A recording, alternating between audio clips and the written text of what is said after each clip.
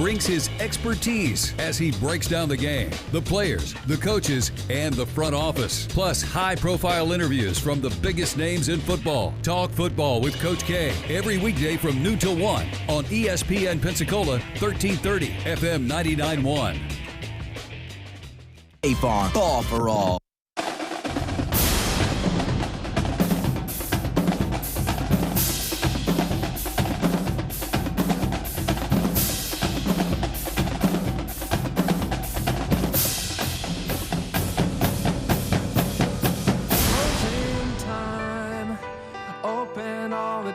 And let you out into the world.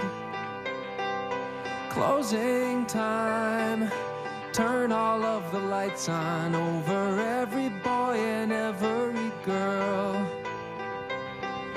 Closing time. One last call for alcohol, so finish your whiskey or beer.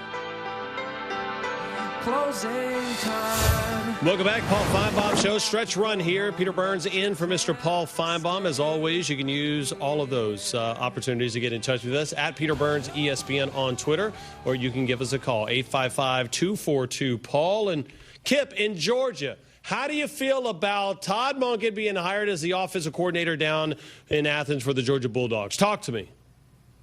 Well, I think that everybody I've talked to so far really likes it, and I don't really understand why everybody's so upset about the offensive line. I mean, you got 5 stars backing up 5 stars, and you hire people like Monken to recruit and take care of that offensive line. Again, Kip, I think people just want to have, as far as guys coming back, right? And we saw that with the Clemson Tigers 2 years ago, where a bunch of that defensive line said, you know what, I have unfinished business here. I want to bring it to the finish line. Ultimately, they came out. They won against Alabama 44-16, and they finished it. And I think that's where Georgia fans, or at least on the outside looking in, I look at it and go, man, if you really felt like things were building to this crescendo, would you stick around one more year if you felt next year is going to be the year? But, again, it's rich people problems, because you're right. You still got 5 stars replacing 5 stars, and that's a credit to Kirby Smart and what he's done in recruiting down in Athens. Yeah, it's going to be a great year, 2020, and go Dogs, and I think we can beat Alabama. There you go, Kip. In Georgia, fired up about that. Bama Nick, talk to me, man. What's going on? Peter Burns. Red Dog was all fired up today. That's one of the best calls I've heard Matt talk in a while. I hear you. Now, so he was fired up because he said, listen, everybody's kind of just ho-hum about Georgia, and it's not fun. But Red Dog was in here saying it's actually been a whole lot of fun to be a Georgia Bulldog fan lately. A lot more fun it is being an Alabama fan lately this past year. At least they beat Auburn. That is fair to say, my man. So what do you think, 2020? Give me your thoughts. 2020, I don't know. Hey, I want to know who your top 4 is coming out next year. I haven't heard you say. As far as top 4, that's the intriguing thing, man, because we started looking at it, Bama Nick, as far as the quarterback play, and I struggled about who was the top 5 quarterbacks coming back in. Yeah, I couldn't figure that out either. I mean, that's why I think next year is so intriguing. I will tell you this. Yesterday at this time, I said on this show that I like the Florida Gators to win the SEC East. The reason why I said that is because I did have a question mark of what Georgia was going to do with their offensive coordinator position. Monken makes me change that a little bit, right? I'm not as clear-cut on that, because now that I know that you got an experienced play caller in Athens, I feel like that's the one thing that the Georgia Bulldogs were missing. And frankly, I wish, let me just talk let's say I was a Georgia fan, I wish this was a move that Kirby would have made last year, and I would have wondered, would that have made this offense 20% better or 15% better? Because it was still good, it just wasn't elite. Would that have made a difference in the college football playoff? Because would that have made a difference against South Carolina game, to where you'd have been undefeated going into the SEC championship, and no matter who lost that game in Atlanta, you probably would have been in over Oklahoma. That's where those small decisions can make or break a season. All right, Peter, I hear you, but let me talk. Answer the counselor and Miss Kathy's call from Georgia. Georgia ain't got rolling to Tuscaloosa and beat Alabama. Ain't no way that's going to happen. So you give me the final score prediction right now, Bama Nick. So Alabama, they'll beat Georgia 42-26, something like that. I love it. I love Bama Nick. Go ahead. What do you got? Well, Mac Jones, he's going to come back. He's going to come in there and he's going to throw 4 or 5 touchdowns. We still got elite receivers coming in. We got running backs out to, yang. I don't see Georgia coming in there. I don't know what the counselor's thinking. And I met Miss Kathy, bless her heart. I don't know. She's an LSU fan anyway. I don't know what she got to say about it. Bama Nick, I will tell you this. The fact that it's January and we're getting phone calls for week 3 of the SEC just goes to show you it does truly mean more here. You think they're talking about that on the Pac-12? You think they're talking about big, week 3 in the ACC, about the big Boston College, Virginia Tech matchup? No. That's what we do here on the Paul Feinbaum Show. Marty is in Alabama. I assume it's not Marty Smith, but what do you got for me, Marty? No, it's not Marty Smith. I do have a friend here. Before I ask my question, did want to talk to you. Go for it. We're coming from the great state of Louisiana. We're going to the White House today. I got Coach Ensminger, got Joe Burrow. We're one heartbeat, one football team. We play tough physical football, and go Tigers. So anyway, get him off the phone here. Oh no! Hey, Marty, that was well done, my friend. That was really well done.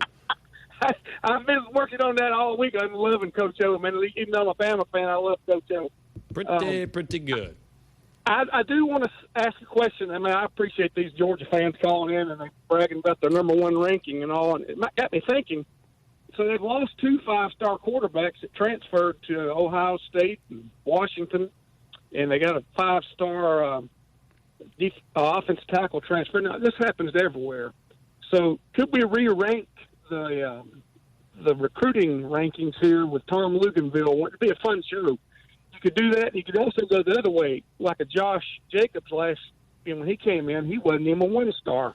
Alabama found him up in Oklahoma, and nobody was recruiting him, and then he ends up being the number 1 running back, taken in the pros Rookie of the Year. So you could do that both ways. Your 5-stars don't pan out, and then you have your 1-stars that do pan out. What would it look like if you re-rank the top 5 or top 10 of the recruiting class, say, 3 years ago or something? That'd be interesting. Yeah, Marty, it's an intriguing question, and I do think that now they're going to start looking at recruiting rankings a little bit different because, since some of those 5 stars pan out, some of them don't. But ultimately, also the transfer portal was interesting, right? Because not only did Georgia have this incredible recruiting class, they also bring in Jamie Newman. That's a huge – that's a 5-star type guy. And you look at the Kentucky Wildcats, they end up getting what? Joey Gatewood going to be a part of that class. That was a top 25 class going in. Are you going to give them credit for Mark Stoops getting Gatewood?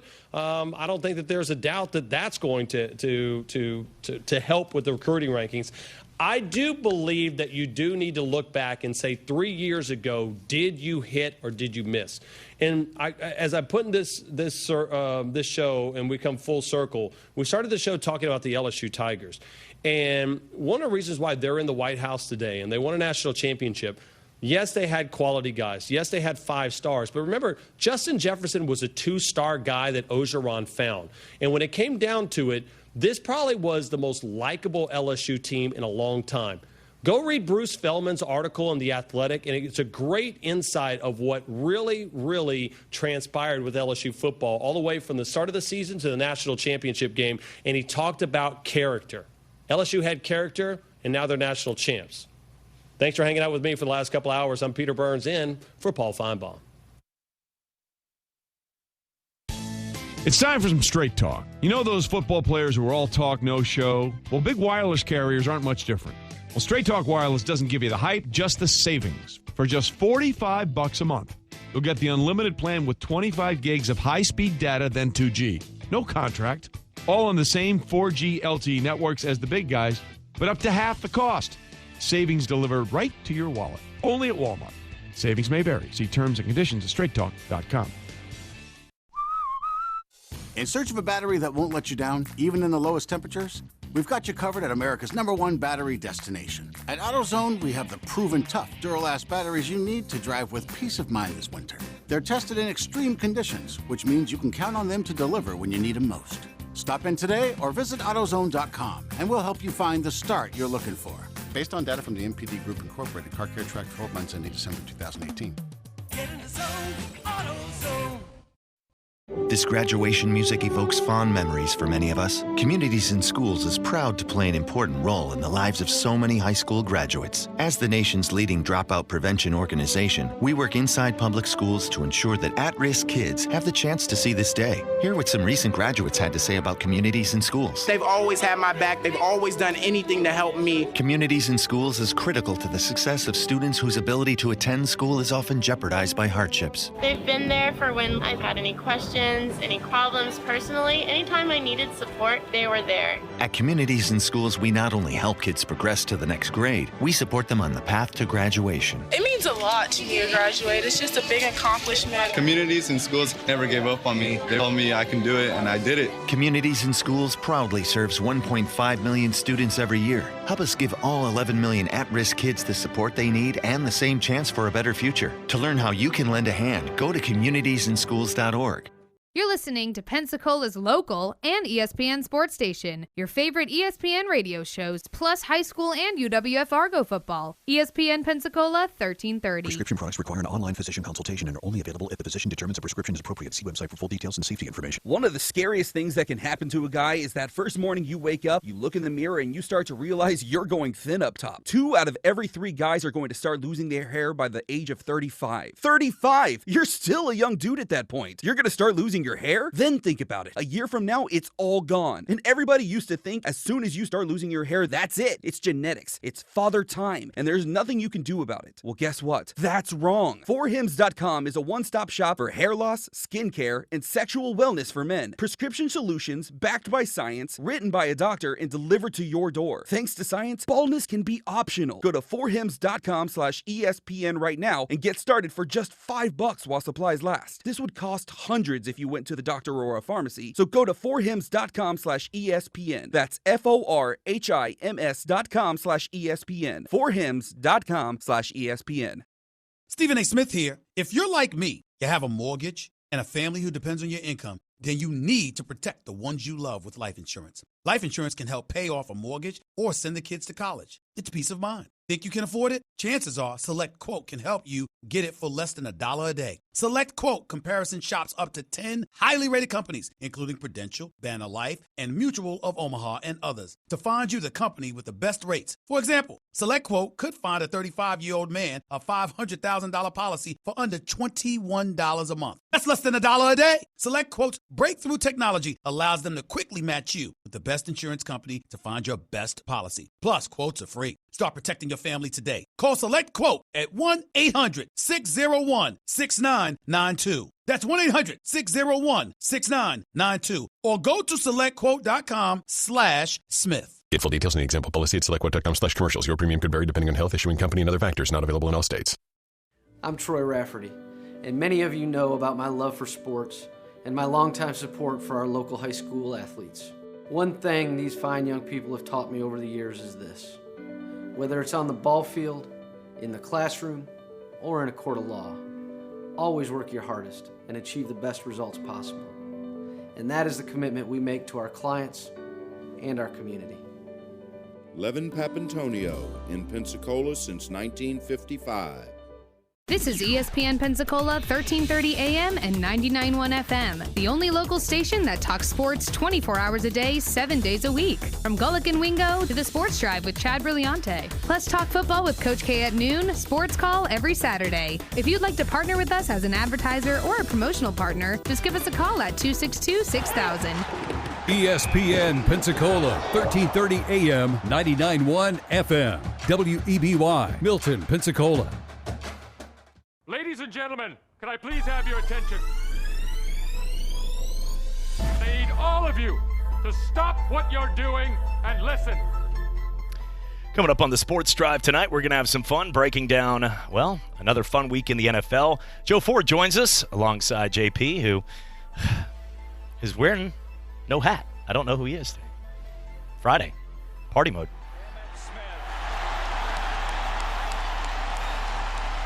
just become the NFL's all-time leading rusher. Across the middle, it is caught for the first. It's Baldwin shaking free and sprinting down the sideline for the touchdown. His third of the day. Doug Baldwin. Derek Brooks, who ran back 3 interceptions for touchdowns in the regular season, does it to cement the Super Bowl. Boxing's elite, the new WBA heavyweight champion of the world, Roy Jones Jr. Ball's been beaten. The result has come up on screens that Gatlin's taken it. Goodness me, it was a blue American vest. 992 for Gatlin. 992 by the American champion to take gold. Another Watson is wearing a green jacket at Augusta. And this time, his name is Bubba.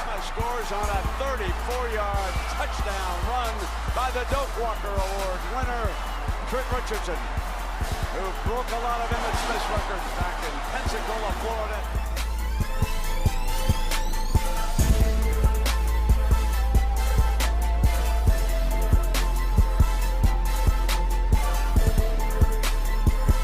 And welcome into the Sports Drive right here on ESPN Pensacola, 1330 AM, 99.1 FM, simulcast on Blab TV. I am Chad Brilliante alongside 2 co-hosts and having some fun here. It's going to be a fun foosball day right there.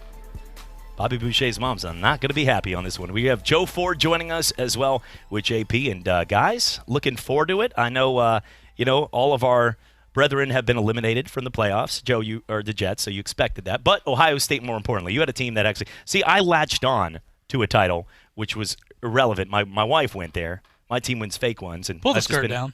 Sorry. Out of respect. Out of respect. Thank you. Respect. Odell. It's an Odell Bear. Oh, sorry. Whoa. Sorry. That one crossed the line on the LSU Cancer Bear of all bears right there. But, Joe, how's it going, by the way? It's going good. You always come in on a solid note like that. Yeah, you know what absolutely. I'm saying? You know the show. You know the show. I do, yeah. Happy Friday. Looking forward to 2 of the last 3 football games of the season this year, and that makes me sad. But it's going to be good. I'm really excited. JP, if you need a pep talk, I got you, man. I will. I'm good at those. I have, I think, single-handedly propelled LSU to a national title and Tennessee Titans to this point here. So if you need to get over that hurdle, I'm here for you. It's your week. Look, he single-handedly did it. He didn't need your help. Get your fake LSU stuff out of here. First off, that's a real bear, and no, it's not actually. But you have Ohio State. I've got New England. We expect to be there, and his Titans come rolling in here, and he's the one left. I mean, sometimes it gets there's 2 games left before XFL, and we get his Titans and kids. This game is all going to come down. A lot of times people want to break down the entire system. To me, it's very simple with this. It's either going to be Derrick Henry and Tennessee get the early lead, and they can keep the game balanced with their attack, or Patrick Mahomes just goes Patrick Mahomes on everybody, and all of a sudden the game's over. If you get 14 points, if Patrick Mahomes does what he did to Deshaun Watson in the second quarter in that team, in the first quarter, Tennessee has 0 shot. But if he can go out there, I mean, last week, Ryan Tannehill had 77 yards passing, and they won the football game. But nobody cares because Derrick Henry ran for $1 billion. I mean, that's the thing is, Kansas City's not the type of defense, and Chris Jones isn't 100%, one of their best players up front. They can run the football on them. The difference is whether or not they can get the early lead. That game, I think San Francisco is going to throttle Green Bay. Sorry, Packer fans, you got Aaron Rodgers, but San Francisco looks like the real deal. I mean, their whole team, they've got every position is complete. And a lot of those guys like Deebo Samuels and you got George Kittle who's back making plays. That's a legit team right there. Kansas City's real legit. I'd give them the number 1 overall on offense, but their defense out of the 4 teams in here could be 4. So this is going to be exciting to see where this goes, and you get to watch it, and I'll obviously be rooting you on. Oh, the key is except that parlay I have. Yeah. The key to the whole playoffs has been get the lead and then hold it. That they have to get the lead, and that's the part that worries you with this. Now, I know that we wouldn't match up as well against San Francisco, but it's a little bit different. This is an explosive offense with Mahomes and those guys, and that's where they can score 20 points in a blink of an eye. That's what worries me here. But at the same time, that's where, in order to beat the Ravens, we had to control the clock. We did that. We had to jump out early. Defense played good enough, and I know that a couple interceptions or whatever, but the defense played off the offense because we see it too many times that an offense goes out there 3 and out, their defense is back on the field, that type of thing, and it can kill you in a long game like that. That's where, if we can stop, and this is just my purely opinion here, if we can stop them a couple times early in the game and find a way to put 10 points on the board or something like that, it changes that dynamic of the game, because even though they're explosive, it's still, this is not the Texans' defense. It's built a little bit different. This team is built a little bit different. I really think, though, Joe, if you look right now at the matchups, I'm not going to be one of these guys to call out somebody's heart. He doesn't have the heart. That's not my job. They're football players. You get into football, you probably have a little bit of a tough heart. Guys that don't have a heart, sit in their mom's basement and play video games all day. Like, this guy's actually, you could do that for a living and make a lot on YouTube. Who knows? But make a lot. But PewDiePie. But I'm telling you right now, if you look at Aaron Rodgers, he seems to be playing a lot of games where the 3-and-outs, those plays that he used to take off, and he suffered some hits too. He suffered some hits in his career. But there's a lot of games where you see 3rd down and 7, and he'll run, and how many times have you seen it? It happens a lot this year. Like Tom Brady throwing at the shoelaces of James White. You see him running, and he just tosses it into the stands. And it's like, instead of maybe trying to make a play and dive to Brett Favre or what he used to do back in the day, it's like, okay, send the punting unit on. And I've seen that a lot this year. Where and last year. And you can't you have to make plays if you're going to beat San Francisco. He's going to have to take shots. You're going to have to. And I think that's going to be one. We'll make our predictions later. Today, LSU had a chance to visit the White House. They were out there with President Trump, and it was a President Donald Trump interview. I thought it was good for LSU to go. I have my own beliefs. This isn't about politics today, but I will say one thing about it was whatever way you want to slice a story is the way you get to slice a story. So we have some of the clips here from the president, and we'll show you where 2 different media outlets, 2 different journalists, somebody could report what you might get on The Daily Show tonight and what you might get on Fox News might be a little different. This is what he had to say about Ed Orgeron and LSU right here at the White House today. Your head coach, I watched him on television. I said, man, that guy's he's all man. He's a big, strong-looking guy. I want to thank you very much for being here. Thank you for everything you've done. Thank you for everything. Very awesome. Okay, and then just a few minutes later, also had to say this coming up here. Your head. That's all right. Here we go. Your head coach, I watched him on television. I didn't know if he had laryngitis or was that his real voice.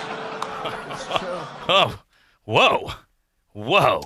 That is, whoa. All right. So then again, we had a chance, and I'm really testing JP, by the way, here with the clicking right Headline, now. He's doing a good job, by the way. Trump hates the Louisiana dialect. Well, exactly. Laryngitis. It's just his voice. How dare you? All right. Next one here. Coach O, as they call him, you may well be the most beloved coach anywhere in the land, but we have great coaches, but the job you've done is incredible. Tear-jerking. Nice. Now, another one here. 3 years ago, when LSU needed a head coach, they considered choosing someone younger. All right. Clearly not going with the same theme. Younger. All right, let's go with the next one. Said after the game, God had a plan. All I did was follow the plan. The fact is, God had a great coach here. This is a great, great coach. Another heartwarming one right there. So you can see right there, and it continued on with not just him, but going on here to as well. JP's like, you still are testing me right now. All right, let's get to some of the others. Okay, let's break down this. Now, okay. I need to question this because I was led to believe all season long, and especially through the playoff, that God was on Dabo's side. That's right. So what happened? When exactly did that switch happen? It happened when he got. I'll tell you when it happened. I like how he's trying to answer this question. No. I'll tell you exactly when it happened is when he stood. I actually talked to God this afternoon about it. He called in. He called in last week. And remember, this point is not about politics. I approve this message. But I will say the point when it happened was when he got a standing O in New Orleans.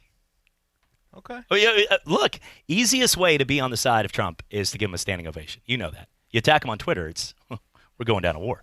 I'm just saying, listen, that is something, and then, like I said, nothing to do with politics, but the way people can slice it. Like I said, I thought it was a great speech. I enjoyed it. The people making the comments, it's all about him. No, it wasn't. He was talking about LSU the whole time. I thought it was a great one, and I'm glad LSU went. But here's also on the LSU team, same thing. Here we go. Looks sort of like a young Tom Brady. Does that make sense to you? That's young. We call him young Tom Brady. Another coach that I respect a lot, his name is Bill Belichick, right? Do you respect him? Yes. Everybody respects Everybody him. He has a respects him. lot of respect for you. I Just- talked to him.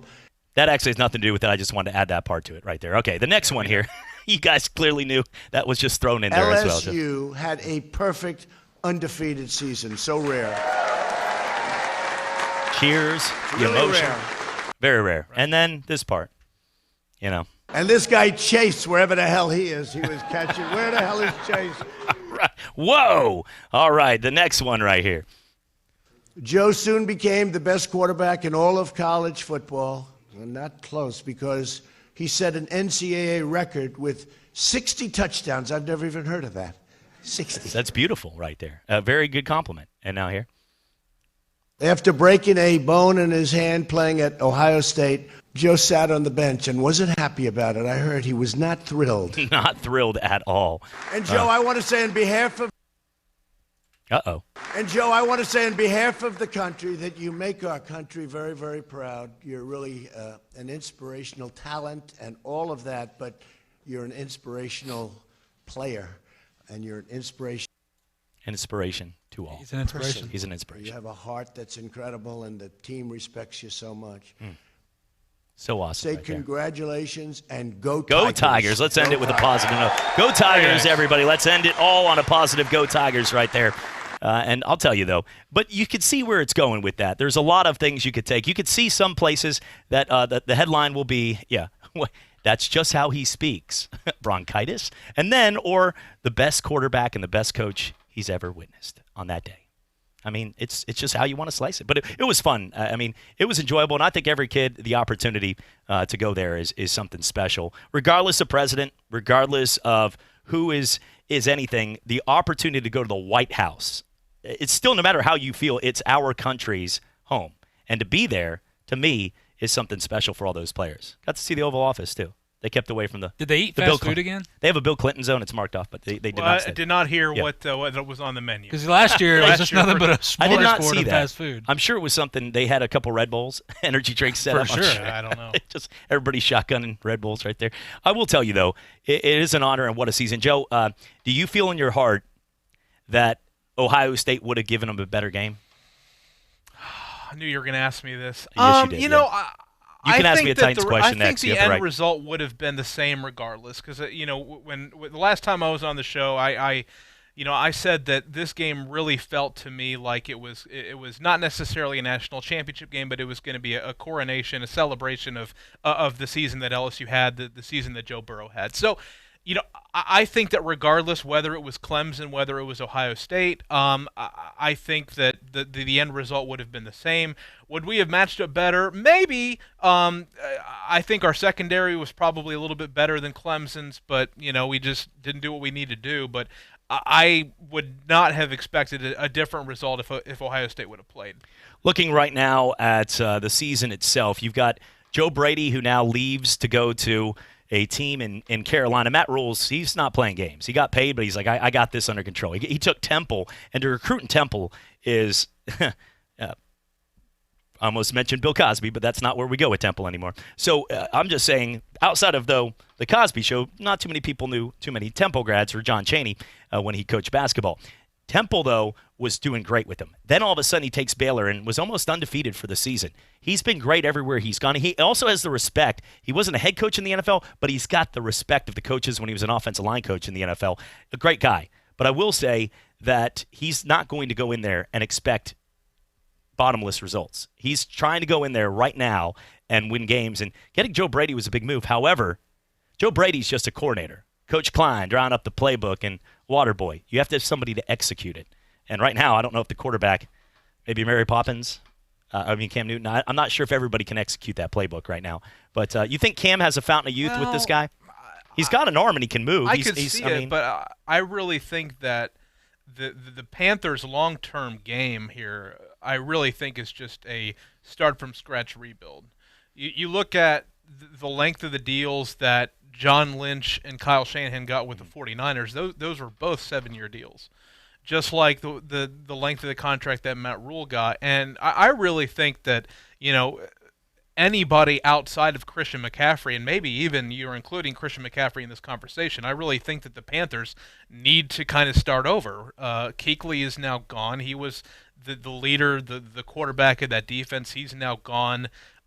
You have to really take inventory of the assets that you do have. I mean, the owner is clearly invested in Matt Rule for the long haul, given the length of the contract, given the dollar amount that he signed him for. So I wouldn't be surprised if there was a lot of trade dealings happening in the offseason for the Panthers. And, maybe because you still have Christian McCaffrey on a rookie deal for a couple seasons, maybe he's on a different team next year too. Yeah, I agree. I think it's time to not rebuild fully because you have the players out there to win, but you need to start over. I think it's best to get Cam, in my opinion, get Cam out of there. Get a new quarterback, get Rule, let him – look, biggest thing is let Rule, like you said, he's there for the long haul. Let him come in here and make some decisions. He knows what he wants out of his football team, and he's going to continue to learn. He's been in the NFL before. It's not like it's his first rodeo, but it's his first time as a head coach. The biggest thing to me, too, is he was an offensive line coach. That's the most important position right now. Let's just be honest. We see a terrible offensive line can Florida handicap State. you. Well, Florida State. Well, look at the NFL as well. I mean, we could say what you want, but Cam Akers is a legit player. Yes. If you put him behind a lot of teams in college, he becomes almost a 2,000-yard back if he's the key guy. You put Ohio State's line, Wisconsin, you put him, he's just like a Jonathan Taylor. The difference is you put him behind a line that is ranked dead last, and you see the end result. They celebrate a victory against Boston College. Do you think Cam wants to be there? I'm just curious. I get mixed feelings because he hasn't said anything. Does anyone know what's going through the brain of him when he's wearing a sombrero with like a rain suit and he's wearing capris with a pair of baseball cleats? I don't know what's going through Cam Newton's mind. I don't want to know. I don't either. But he's a good athlete. Hey, look, there was an argument today. Cole Kubelik, we actually, at the old ESPN, had an opportunity to work with he did one of the shows, the Auburn Tiger Show. We had different shows. Matt Moscona of ESPN Baton Rouge, DC Reeves did the show with when he worked for out there with Roll Tide for Alabama. We had a situation where we had Jeff Cameron, well-respected from Tallahassee, doing an FSU show. But I remember when we had Cole Kubelik doing, now he's doing great things, and he's awesome. But he was on the Feinbaum show today that was hosted by Peter Burns, and he said that it really should be argued because we're so quick to jump into it. But if you look at the overall scheme and what they did, you should, before everybody just deems Joe Burrow the best ever, let's look at the season Cam Newton did as well. Because without Cam Newton, they won 7 games that year. 7 games they won by a touchdown or less. And he did it with not the LSU roster. There weren't the Jamar Chases everywhere. Michael Dyer had a good year, but we realized Michael Dyer didn't make anything in the next level, and he got cut real quick. I think that's fair to say that the best one season without the pieces around him, because Tebow and Vince Young and Tommy Frazier's, you had Jameis Winston, you had a lot of guys doing great things. But those two guys, we can all, I think, say, without Joe Burrow and without Cam Newton, those teams had zero chance of winning a title. I think the difference is it was a perfect marriage between player and system he was in versus a guy that was just physically better than everybody else in Cam. And, the offense certainly played to his strengths, but it was just he is better than you are, and he is going to do whatever he wants. And so I think that's the big difference. But, I'm excited about, Joe Burrow's prospects. I mean, his dad was on, I think, radio in Canada today and, said, hey, he's not shying away. He's not trying to force a trade out, from Cincinnati or whatever. But it's going to be really interesting because I really do think that Burrow has the characteristics to be an elite quarterback. You talk about, and Trump talked about, mini Tom Brady. I mean, you can see the awareness and the movement in the pocket. Doesn't have a great arm, but neither does Brady. He gets the ball where he needs to get it though, and that's really all you can ask from a quarterback. But I think that's the main difference between Burrow and Cam, where Cam was just such a physical freak and just physically superior over everyone, and nobody had ever seen that before, especially in the SEC. Yeah, and now we're going to see whether or not the announcement is made by new head coach Matt Rule to make him the starter, or is he going to fly his umbrella right out of the locker room? We'll see. We're coming back for more. It's the Sports Drive right here on ESPN Pensacola and Blab TV. Cam, if you're listening, I love you. From the all-time leading running back Emmitt Smith to Hall of Fame linebackers like Derek Brooks, Pensacola is full of NFL legends. Well, how about joining some of the NFL legends every Sunday down at World of Beer, 200 South Palafox, for your ESPN Pensacola NFL tailgate party. It all gets kicked off at 10 o'clock. Stay around for the best games, prizes, and more at your favorite destination. It's the NFL Tailgate Show on ESPN Pensacola 1330 FM 99.1.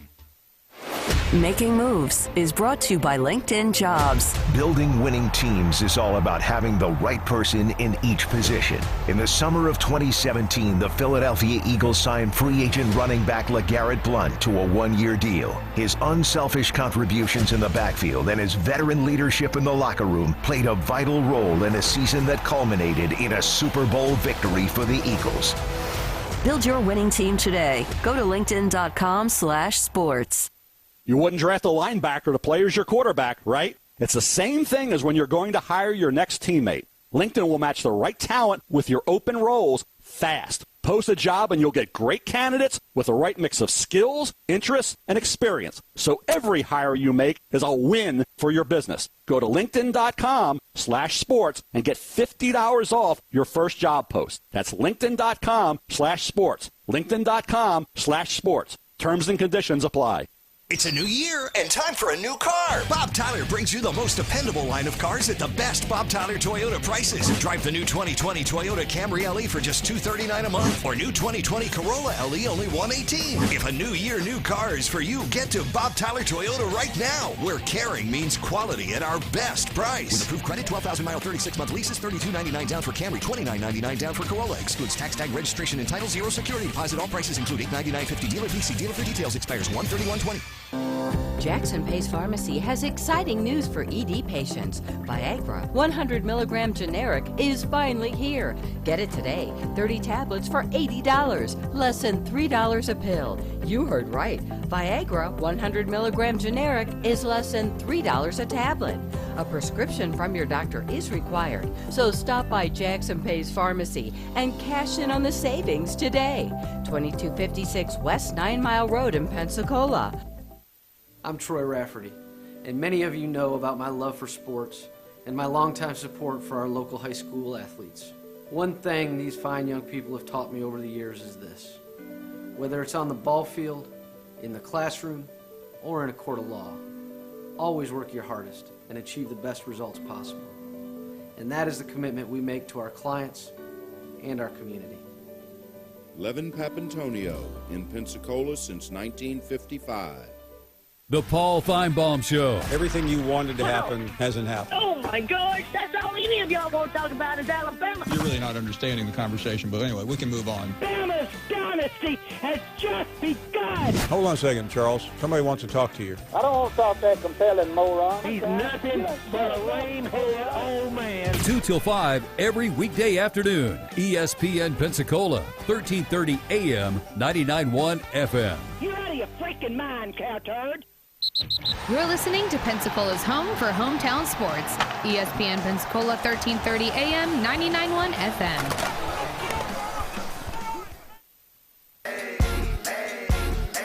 I got a condo in Manhattan. Baby girl, what's happening? You and your ass invited. So gonna get to clapping. Go pop it for a plan. Pop it for me. Turn around and drop it for a plan. Drop it for me. I'll rent a beach house in Miami. Wake up with no jammies. And welcome back. Wake up with no jammies. Yeah, I did that in a Planet Hollywood parking garage one time. It was not. What happens in Vegas stays there, right? Except for that ticket. I don't know. They found me in Florida. They sent it. I don't know what that was. Looking right now at some of the things going on. Joe's sitting there. He's like, welcome back. Yeah, this is my life again. Immediately regret this decision. Look, I could be in my mom's house playing FIFA right now. Listen, here I am. And if you assumed right now that Mr. Poy, one of our great new sponsors, he's building a new place over there on the side, bringing chicken and amazing chicken. I mean, this stuff's really good. Were you here when they catered the meal? Oh, it's unbelievable chicken, and it takes chicken to a whole new level. I sort of make a joke. I said, when somebody says chicken's chicken, okay, that's like saying, is a car, a Geo Metro the same as a Maserati? They're both cars, right? Like, this is the real deal when it comes to chicken. And I will tell you, though, that they're one of our sponsors Friday. They're going to be tackling your tailgate with food up here. And many people have asked whether or not he's building today. So it's on his. I mean, he can come up here if he'd like. He's always welcome. But if you got word of that and that's why you're up here, there will be no chicken today. So I just want to make that sure.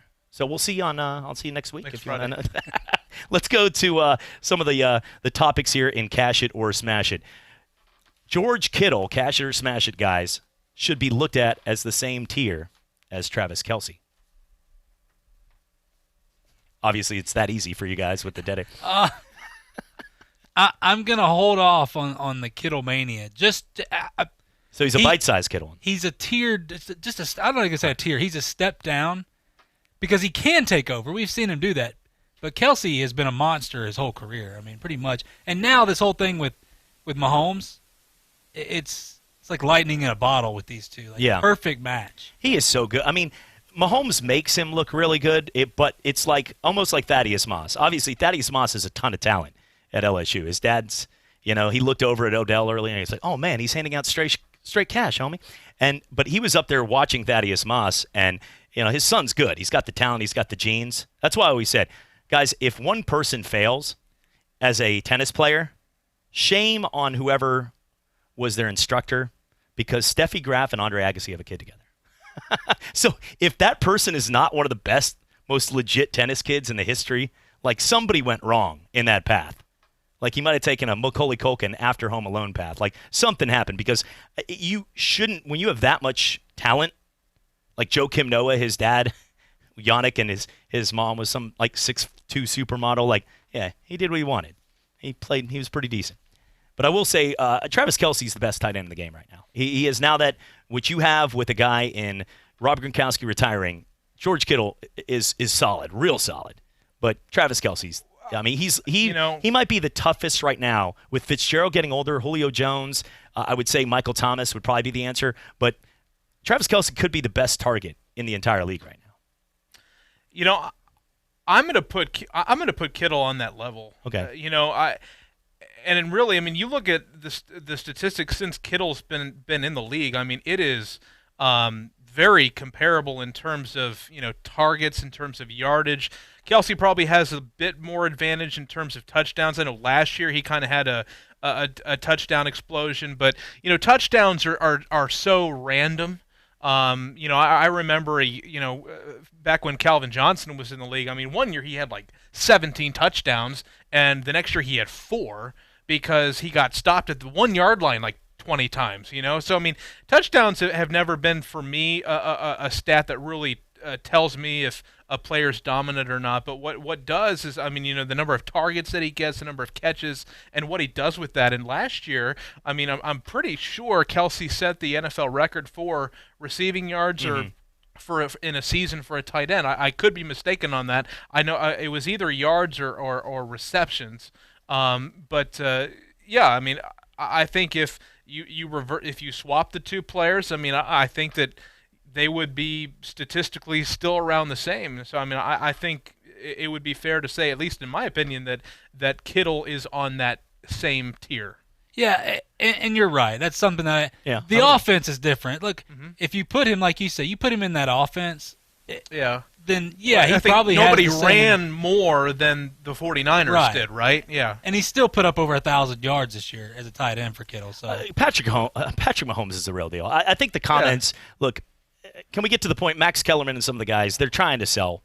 I mean, they're trying to sell. They're fake news. I mean, but he's not the greatest of all time yet. You can't do that to a guy. But if somebody says, "Do you have the potential to be the best of all time?" Yeah. The answer is sure, absolutely. Yeah, he's got the skill set that the throws he makes terribly hard throws make look easy. And those guys are wide open because he scrambles and then sidearms one like a Matrix movie, like into a guy in like perfect spot where only he can catch it. Like nobody else can do the things that he does. Lamar Jackson has a different type of skills. Sound like Liam Neeson, of a different type of skill. But he's the kind of guy that Patrick Mahomes right now, with Tom Brady getting older and Drew Brees, they're both at that, let's bring up the conversation of retirement. I think right now the best quarterback in the NFL is Patrick Mahomes. And it would be hard to argue that. Right now. For like longevity, maybe not for a 2-minute drill, but Patrick Mahomes, if you're starting a team, I'm taking him. Yeah. I mean, The play he makes. No argument with that. No, 24-0. They're down. And he just made it look. He didn't only do that. He came back and they covered the first half. I don't know why that's important. The other thing, I mean, he's obviously blessed with the speed that he has to work with on the outside. I mean, there's nobody. I mean, Deebo Samuel is a nice player that they probably think can emerge into that number one guy, but right now he's not. But the Chiefs have Hill, they have Hardman, they have Watkins, they have Robinson. That's true. All these guys just running around, and it's like, who do you possibly stop? And that allows Kelsey to have the monster games that we saw last Sunday. And Kyle Shanahan is a very smart offensive mind, except for with a 25-point lead in the Super Bowl. Except that. But overall, he's a smart mind. Did I throw that out there? But I'm telling you, if you had to ask the 4 coaches right now, you don't have to ask them. They're not going to pick up your call. The 4 coaches, though, right now, Mike Vrabel, Frenchie, Matt LaFleur, Andy Reid, not a doctor, but Kyle Shanahan. Who are you taking? Not based on, who's got more time left. Andy Reid, he's got to cut back on the Waffle House. I'm just saying, who would you be taking? I'd like to take Andy Reid just because, well, experience-wise. I mean, he's that 5-cheese mac. I'm taking his recipe. Did you that's see the that? other thing. Oh my God, that looked good. If you lose, you get the mac and cheese, so you're all set. That thing was. I like Vrabel. I do like Vrabel a lot, but there's still more I need to see out of him before I say that's my guy.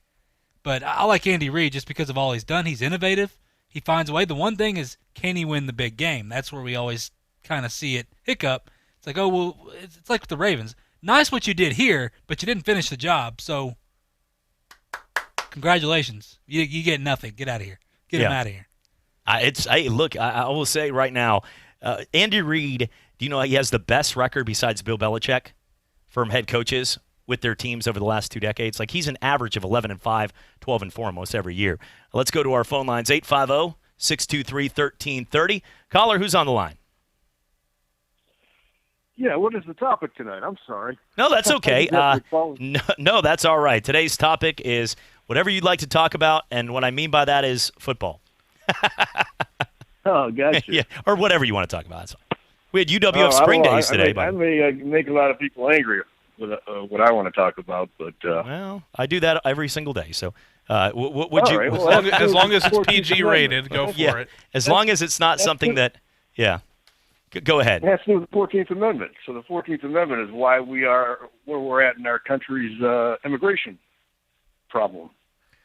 So I had to figure out what the problem was. Sir, wait. Before we go down this path, are you? What show do you think you're calling in? Yeah, because we used to be 1330 AM WEBY, but you do know we are ESPN now, right, for sports? Oh, it's ESPN Sports. Yeah. Oh, what happened? All right. That's all right. Well, sir, I hope you have a great Friday. Political program. No, it's okay. It's okay. He was confused because we were talking about Trump earlier. We did talk about Trump, and appreciate it. But thank you, sir. We do have a news radio downstairs at 92.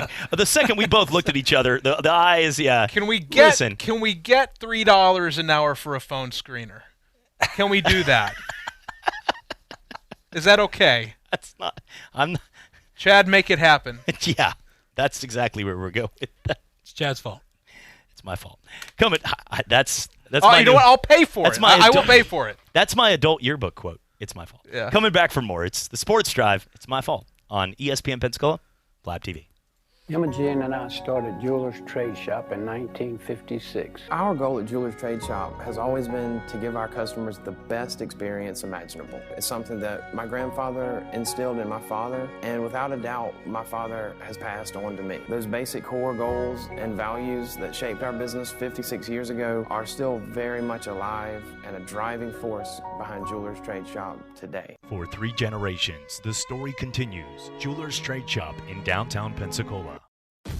What happens on the bike is what you commit to. What's up, Peloton family? Welcome to this 20-minute pop ride. To the hills. Don't stop here, Peloton. Remember why you started. The sprints. We've got this together. We are always a team. And the milestones. Great job, Peloton. Way to show up today. But what happens off the bike? My dad just ran his fastest 10K yet. I've never seen him so sure of himself. Is why it matters. Try it for yourself with 30-day home trial. Visit onepeloton.com to learn more. bowling is a sport that will last you a lifetime, and at Cordova Lanes on Airport Boulevard, every night there is something exciting happening. Like on Tuesday and Thursday, it's penny a pin. Bowl 100, pay $1. Or how about starting your weekend off right by reserving a lane for just $25 at Moonlight Bowling. Enjoy a fresh-made pizza and the lowest pitcher prices in Pensacola. So what are you waiting for? It's time to roll your way into Cordova Lanes and experience fun like never before. Guys, waking up over and over to pee is not okay. But now, you can reduce those nighttime bathroom trips with the ingredients in Super Beta Prostate P3 Advanced. We're talking about less urges to pee at night, less bathroom trips during the day, and better bladder emptying. It's like taking 3 prostate supplements in one. You can try a full 30-day bottle of P3 Advanced, free. Just pay shipping and handling. No strings attached, no obligations, and no commitments to buy. This is a 30-day supply, absolutely free. Call 1-800-253-7136. Super Beta Prostate is the best-selling brand in major retailers like Walmart. But for this no-strings-attached free bottle, you must call now. Call 1-800-253-7136. Don't miss out on this unprecedented free offer. Call 1-800-253-7136. 1-800-253-7136. How will your trucking company do in 2020? Many struggled in 2019. Stay busy and secure your future by switching to a driving job with Schneider. Schneider is a proven leader that's 85 years strong. A big enough company where your family knows you'll have work you can count on, so they can count on you. Driving jobs to fit your lifestyle. Newer equipment and tech for your comfort. Reliable earnings for your peace of mind. Find a great job and make the move today at SchneiderJobs.com. That's SchneiderJobs.com. You're listening to Pensacola's home for hometown sports. ESPN Pensacola 1330 AM, 99.1 FM.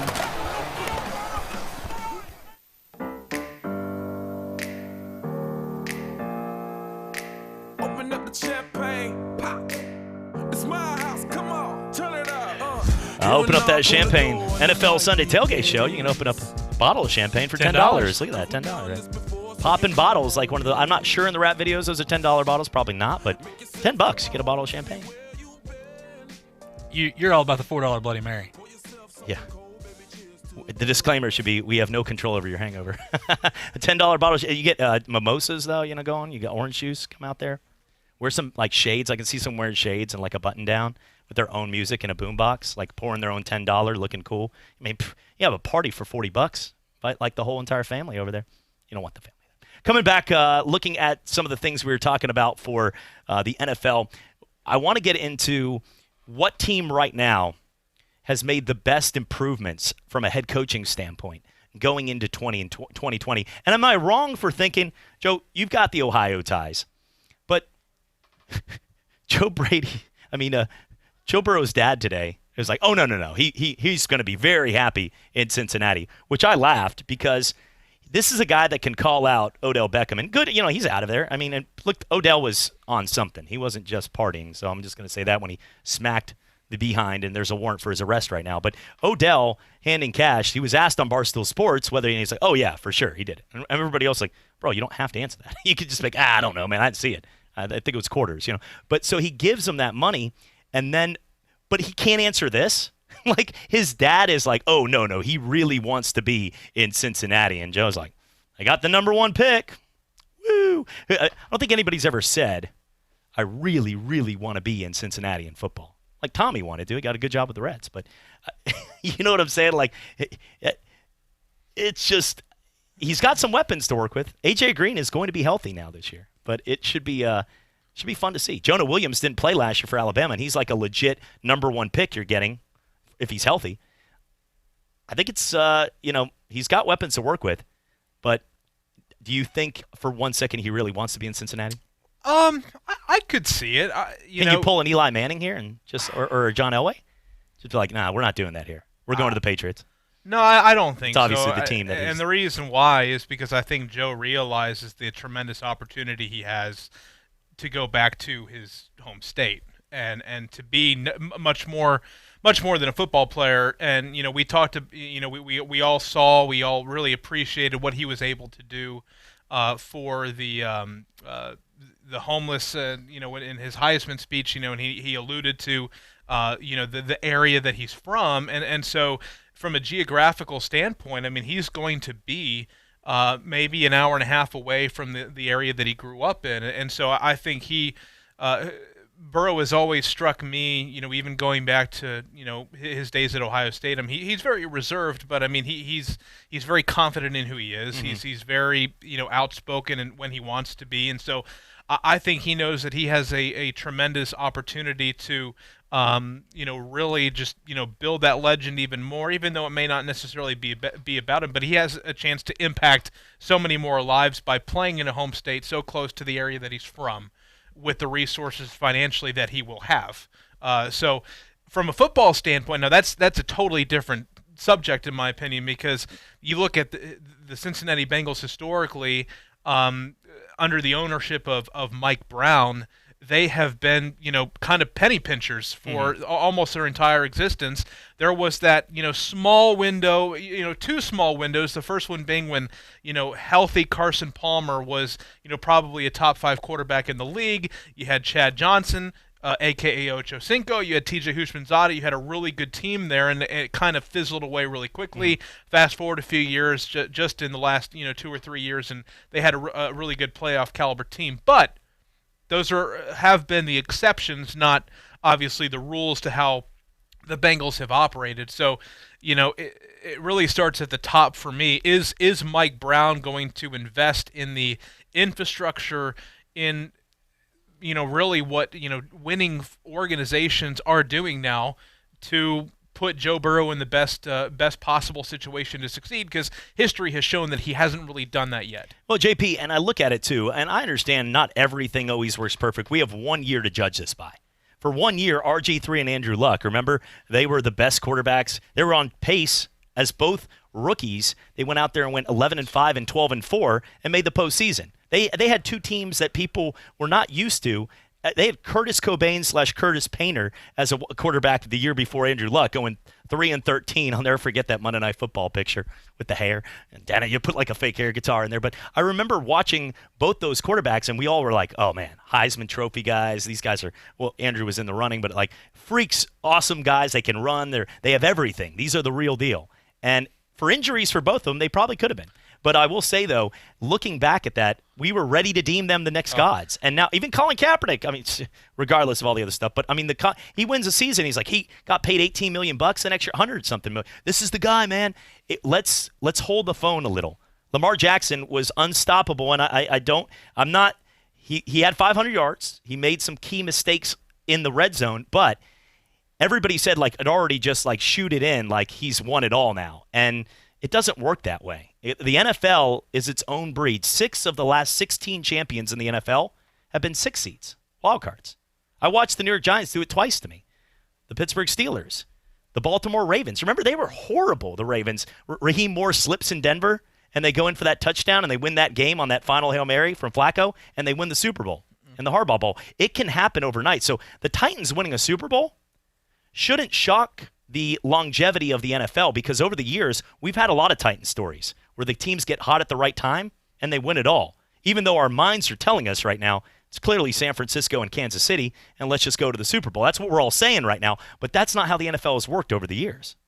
I heard like 8 different topics. Yeah, that happens a lot right now. It's Friday and we had some coffee. Hold on. If I told you, just going back to the Where's RG3, the original? San Jose Sharks? Yeah, okay, we're talking about the Sharks. Yeah, on the NHL game tonight. I thought we were talking about like coaching hires and yeah, that's right. Whoa. That's been we never actually went down that path.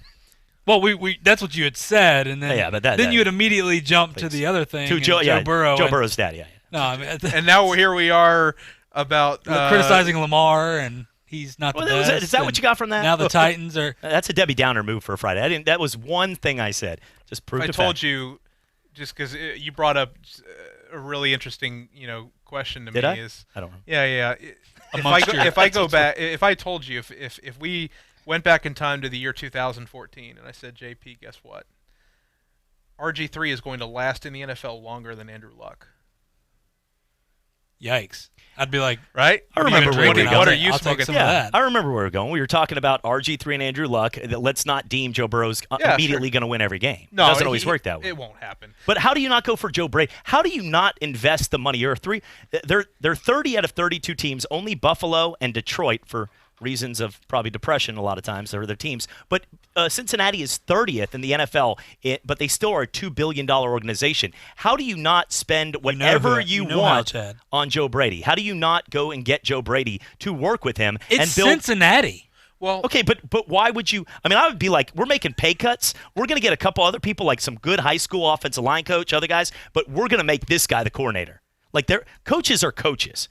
LeBron James was a high school kid's different, but Pete Shinnick could be as good as any coach right now in the NFL. He could, because a coach is a coach. A coach is X's and O's. I'm just saying, it can't happen that way. A coach isn't just a coach. It's not just you're saying it like I know. anybody can do it. No, I'm not. It takes a special mind. I'm talking about a legit – look, Hugh Freeze and Gus Malzahn, who both have had success in the SEC in their own ways, they both came from the high school level as coordinators at Hoover. So, I mean, I'm just saying that Joe, I would do right now from what I saw and what we all saw was something that's never been done. 60 touchdowns. He broke the SEC record for yards by 1,500 yards in the history of the SEC this year. 1,500 yards, Joe Burrow broke the record. Insanity. I think he got 5,700. The record was, I think, it might have been 14, but like 4,300. He dominated it. And against 7 top 10 teams. So why would you not want to bring them both together? And it would have been one thing if you knew Joe Brady was going back to college. If he's going to LSU and they're not going to bid war for him, it's one thing. He's untouchable kind of thing. The Saban, Alabama, when they flew choppers for Texas. That's one thing. But they could have outbid the war of what Carolina got him for, I'm sure, if they wanted to. He broke Tim Couch's record for 4,200. Okay, so that's 1,500 yards. Yeah. That's insane. He broke the record by 1,500 yards with this guy. And if you want to say, you can't use the old UCF night, didn't play anybody. 7 top 10 teams he did it. At Alabama, at Texas. What he did was impossible to do. And Joe Brady and Joe Burrow worked together better than any combo we've ever seen. Why would you not bring them together to Cincy if you can, which they could have if they tried to bid the war for Carolina? Maybe the wrong answer, but it's the answer I'm going to give. Okay. Last year was Zach Taylor's first year, and you look at the offense that he came from. He was a quarterback. He was a quarterback coach, not a coordinator, but I know that he is trying to kind of set up a similar type offense that the Rams are running under Sean McVay, and so I don't know. There could just be as simple as Zach Taylor saying, it's just a matter of a scheme fit. But that being said, I'm still siding with what I just witnessed with my own two eyes. Is that the pairing of Joe Brady and Joe Burrow just set college football on fire? Of course, that's not a prediction or of things to come, but it's like whatever offense I'm trying to run, you know what, I kind of like what I saw here. Yeah. We have a perfect opportunity to bring them both in. So I just don't understand if you have and it's not like we're asking for something that's not doable. 15-0, and we all sat back and said, you know what, there's going to be one slip up here. Everybody's get a slip up. Trevor Lawrence had a bunch of slip ups early against North Carolina. They had a slip up. They never had a slip-up. Joe Burrow never had a slip-up the entire season. It's the best season by stats. He had the highest Heisman ever. With all that being said, last year there was a ton of slip-ups. Before Joe Brady got there in Esminger's system, threw a pick 6 for a touchdown against Florida. He lost games in the final moment in 7 overtimes against Texas A&M. They were 8-4. And now this guy comes in, and sometimes people want to think so many different things. Ed Ogeron and Esminger were both there when they were 8-4 with Burrow. And they got a bunch of runs, and he had 16 touchdowns. Joe Brady steps in, they get 60. 60. To me, it's if that thing is that gold right now, maybe one day it might be terrible, but I would ride that gold until it stops. And the NFL, it's worth billions of dollars. And how will the Bengals get more revenue? Winning football games. I would not mess with that system. You get together and you smile at A.J. Green and Tyler Boyd and some of these big guys. Tyler Eifert might be healthy. You get Williams back on the line to protect your blind side. Whew, you're working with a real team now. And that you don't think A.J. Green, Tyler Boyd, and Tyler Eifert couldn't run that system? That would be awesome to see with him. I'm just saying. And I'm not going to argue that because you can't argue that at this point. But it's the just one the thing Bengals. that nobody is saying, and I'm just curious. I'm not criticizing. I'm not praising or whatever. But he did this for 1 year. We saw Joe Burrow look below average. We'll say average last year, and then he had a phenomenal year this year. And Brady and all that stuff was a perfect storm. Does that not? I'm just curious. I'm not going one way or the other. Hear me out on this. Okay. Does it not make you kind of wonder? Okay, well, is he for real to be a first pick? We'll continue this conversation when we come back, and probably 75 more in the same conversation. It's the Sports Drive on ESPN Pensacola, Blab TV. O'Reilly. This is Jesse's O'Reilly Auto Parts story. As a nurse, not making it to work was not an option. But driving through the snow with my wiper blades struggling, I just didn't feel safe. So I pulled into O'Reilly Auto Parts, and before I knew it, an employee was offering to install the wiper blades on my car. I got to stay out of the snow for a moment, and I still made it to work on time. O'Reilly Auto Parts. Wendy's has been showing everyone how to do fast food right for 50 years. And now they're showing them how 2 for $5s are done with Wendy's 2 for $5. It's the only one where you can get Wendy's fresh, never frozen beef and that Wendy's spicy chicken you crave. Pick 2 for $5. Choose between the juicy Dave Single, the tasty spicy chicken sandwich, 10-piece crispy, or spicy nuggets. Come in today and taste how a real 2 for $5 is done. Only at Wendy's. Fresh beef available in the contiguous U.S., Alaska, and Canada. Price and participation may vary for a limited time only. Just felt there's a huge need in Pensacola to bring foot and ankle services, specifically orthopedic foot and ankle services, to this area.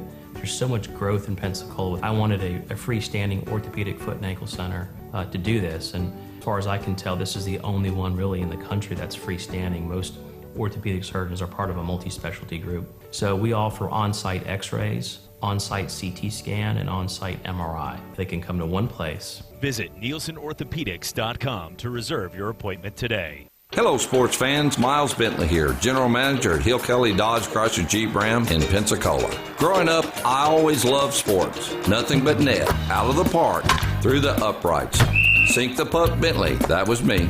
But my love of the game couldn't beat my love for Pensacola and helping folks get on the road of dreams in a new Dodge Chrysler Jeep Ram. Sure, I never went to the big leagues in sport, but we're all pro here at Hill Kelly Dodge Chrysler Jeep Ram. Proud to be in Pensacola.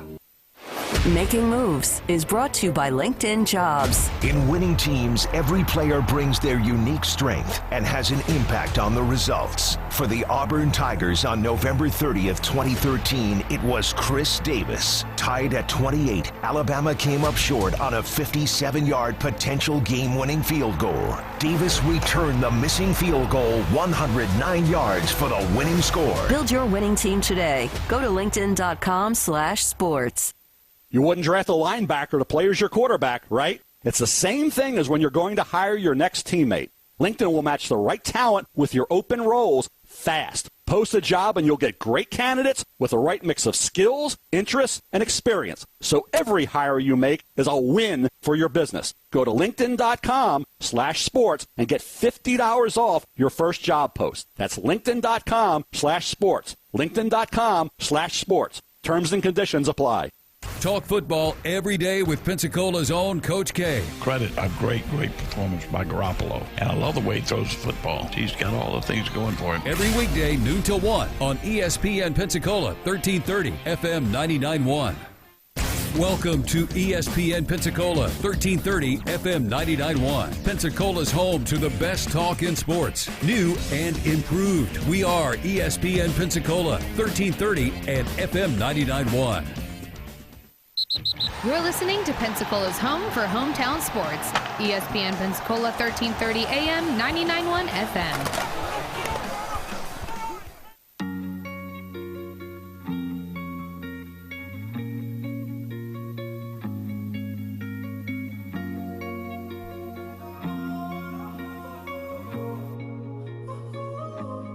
Welcome back.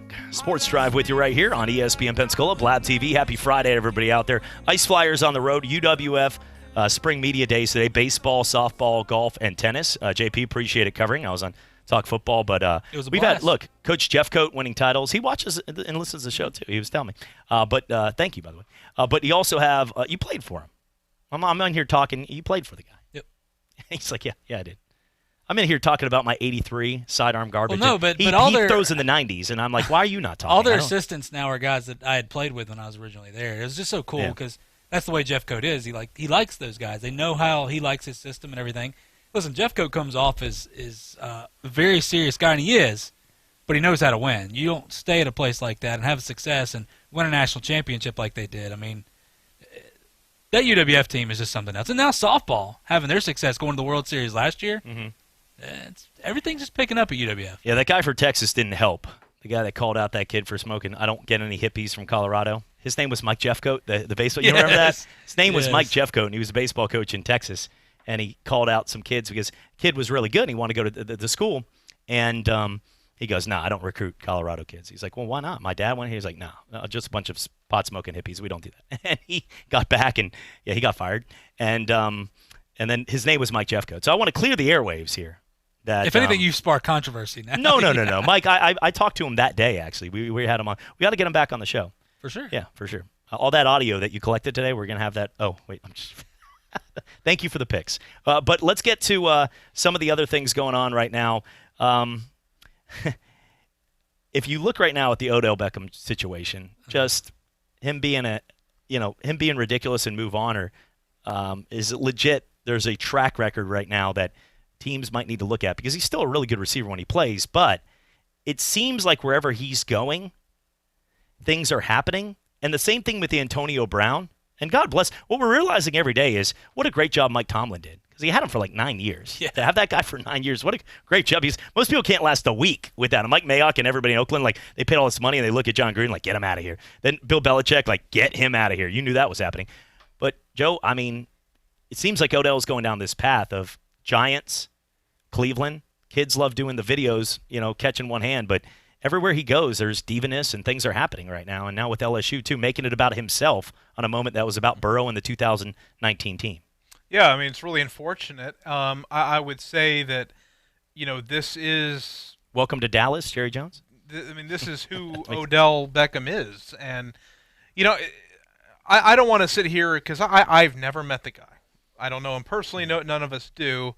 It just seems to me, and it may not even be intentional, but it just seems like there's something in his wiring that he's a very emotional person, and he would be the first to tell you that. I mean, we've seen the outbursts that he's had on the sideline, or he's punching field goal nets and all that stuff. Or proposing.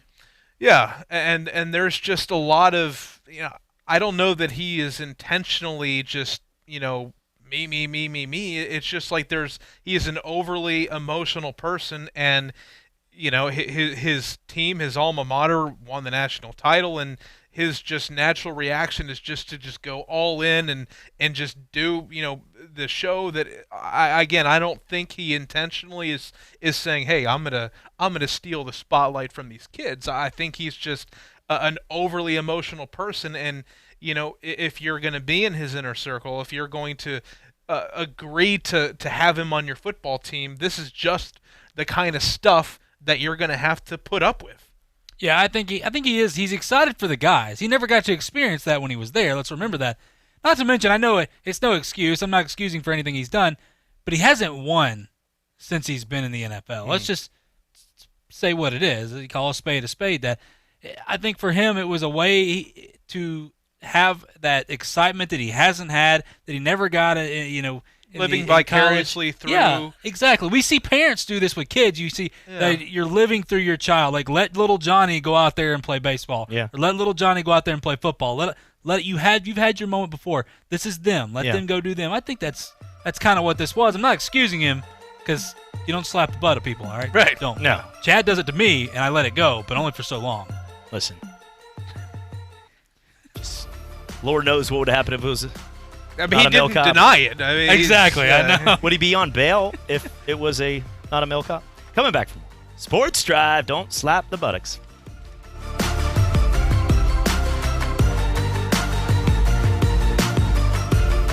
This is ESPN Pensacola, 1330 AM and 99.1 FM, the only local station that talks sports 24 hours a day, 7 days a week. From Gullick and Wingo to the Sports Drive with Chad Brillante. Plus talk football with Coach K at noon, sports call every Saturday. If you'd like to partner with us as an advertiser or a promotional partner, just give us a call at 262-6000. ESPN Pensacola, 1330 AM, 99.1 FM. WEBY, Milton, Pensacola. Ladies and gentlemen, can I please have your attention? I need all of you to stop what you're doing and listen.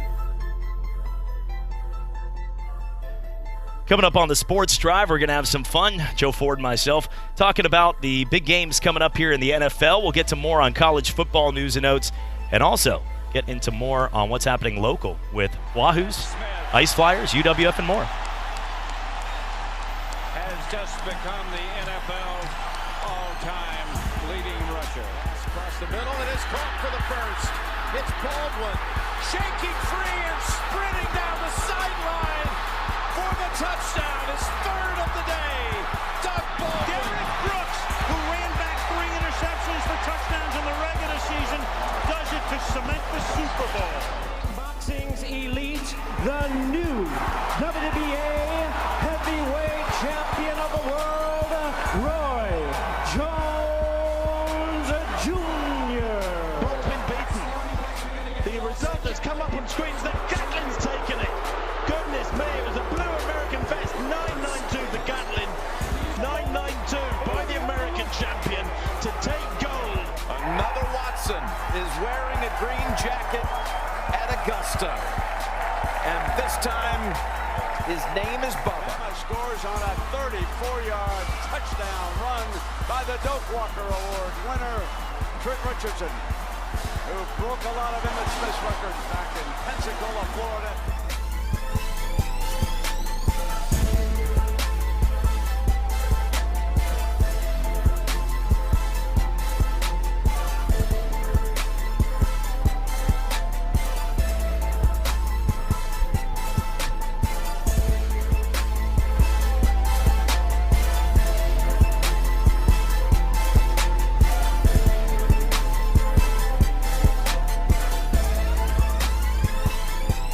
And welcome back. Sports Drive with you right here on ESPN Pensacola, 1330 AM, 99.1 FM, simulcast on Blab TV. Chad Brillante alongside Joe Ford having some fun as JP, all the crew. We appreciate you guys as always. 850-623-1330 is the number. Now, Joe, we haven't got into too much of this, but I do want to talk about what we were talking about earlier with what we saw in Major League Baseball, because it is something that we've seen really over the last couple weeks, a lot of scrutiny, almost like a mafia movie I go to, where like the guy knows that he's coming to get him, and it's like they don't know who stole or who end up ratting them out, but they're all going to get it, and they play that somber violin music, and they're all ending up in the back of a pink Cadillac or by the river, and it's not even like none of them could have done anything.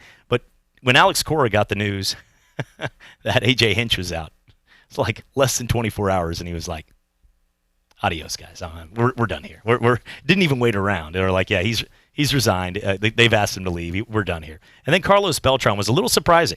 For a little while, he tried to inch it out. Like, okay, maybe he's going to survive this, and he didn't. All I'm going to say here is I played baseball for a long time. That's the one sport that I know better than any other sport. That's what I wanted to do as a kid, and I had a chance to work with Vin Scully, a little bit of time at MLB Network and Prime Ticket when I was in Vegas. And baseball, I know the game pretty well, and I will say that there's a big difference between what somebody brought up of them getting buzzers on certain pitches, like almost like a Morse code, like a 2 buzz in their helmet if they were throwing a fastball, compared to like a 1 buzz if it was a curveball. Because if you're doing that, then if you legitimately know the pitch coming while you're up there, then you can go to town. These guys are that good. Think about it this way, Joe.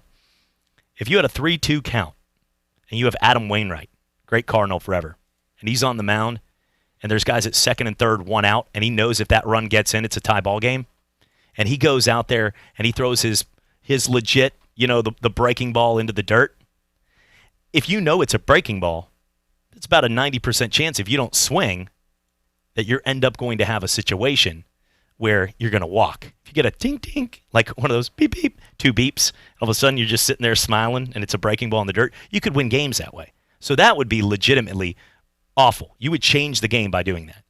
But if you were just having somebody with like pretty much binoculars or replay watching it, and then the next thing you know, you just see, well, they go back and they report, okay, he throws this in this situation, sort of doing research that somebody could do with their binoculars in center field. What they did is they were using a replay room. They were being sneaky, and they deserved a punishment. But I think I'm in the minority to say, if it's the second part of what I said, I think that it's not, all these coaches should not lose their job for that. That's just my opinion. I know I'm not the majority on this one. Now, where do you draw the line on that? I mean, Hinch, you've got Cora, and then Beltran. I mean, I think right now those are the only 3 that we're really talking about right now, unless baseball uncovers more stuff. And so you think all 3 of them were justified to lose their jobs, or 2 of the 3?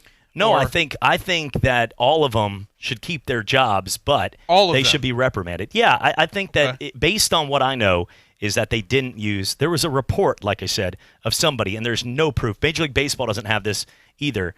And the one thing we know about these leagues is if you're out there listening right now, Joe, you've worked in the media for both news and sports. Yeah. And you know the things that we get access to a lot of times is not what people read. If we're in the locker room with some teams, and I'm not saying it's always that way, but what I will say, though, is that if you look right now at the way that some of these guys go out there, and you don't think for 1 second all 30 teams are trying to get a one-up. All of them are trying to get signs.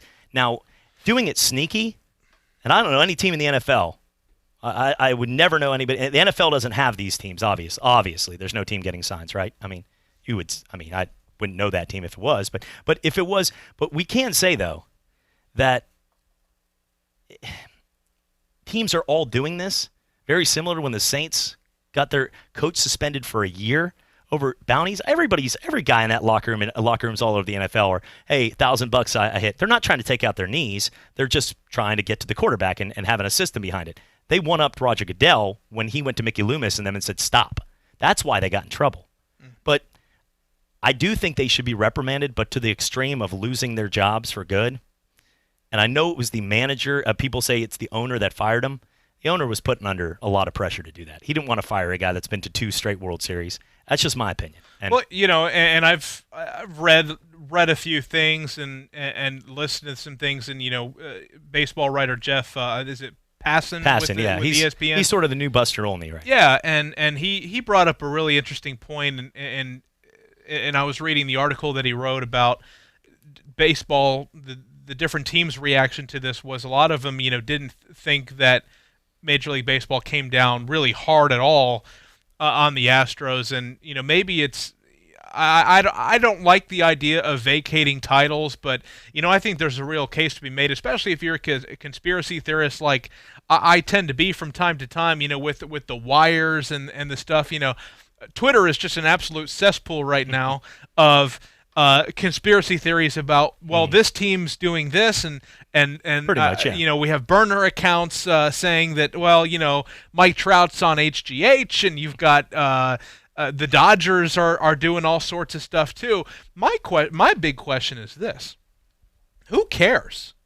Who really cares? Because baseball, if you go back, in our lifetime, baseball was never more popular than the steroid era, specifically the '98 season, where Sammy Sosa and Mark McGwire and baseball turned a blind eye to that, and ratings were huge. I remember watching, as a kid, the Cubs were in St. Louis playing the Cardinals, and this was, I think, when Mark McGwire was trying to break Roger Maris's record.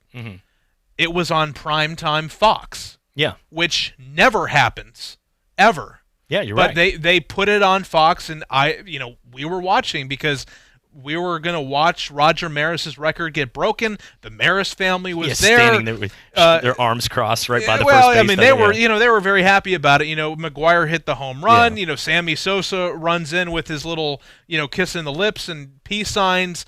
gives McGuire a big hug. McGuire runs around the bases, hugging all the Maris's family. It was a great American sports moment, right? Mm-hmm. Everybody loved that.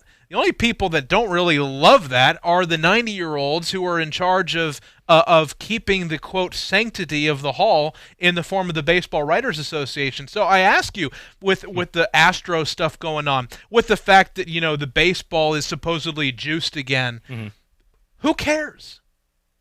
Let it all go, man. Yeah. Like, if the players want to, if they want to have buzzers up in their jerseys, if they want to have titleists for baseballs, baseball is a sport that is just slowly dying out because that old guard is slowly but surely, just kind of going away. And baseball is going to have to do something. They're going to have to adapt, which they've been always reluctant to do. So who cares? I don't. We watch sports to be entertained. And right now, baseball's pretty entertaining with all this, shady dealings going on. Now, I understand that, you don't want to throw sports. You don't want to be involved in, gambling and trying to throw games like that. I understand that, but cheating in baseball, to me, baseball is a sport where it's like, you know what? You got to do something to try to make up ground on the sports that are zooming past you. My problem, and you can weigh in on this, 850-623-1330. My biggest problem is baseball has played 162 games. Yeah. Spring training starts in like a month and a half. Yeah, less I know. than, They play.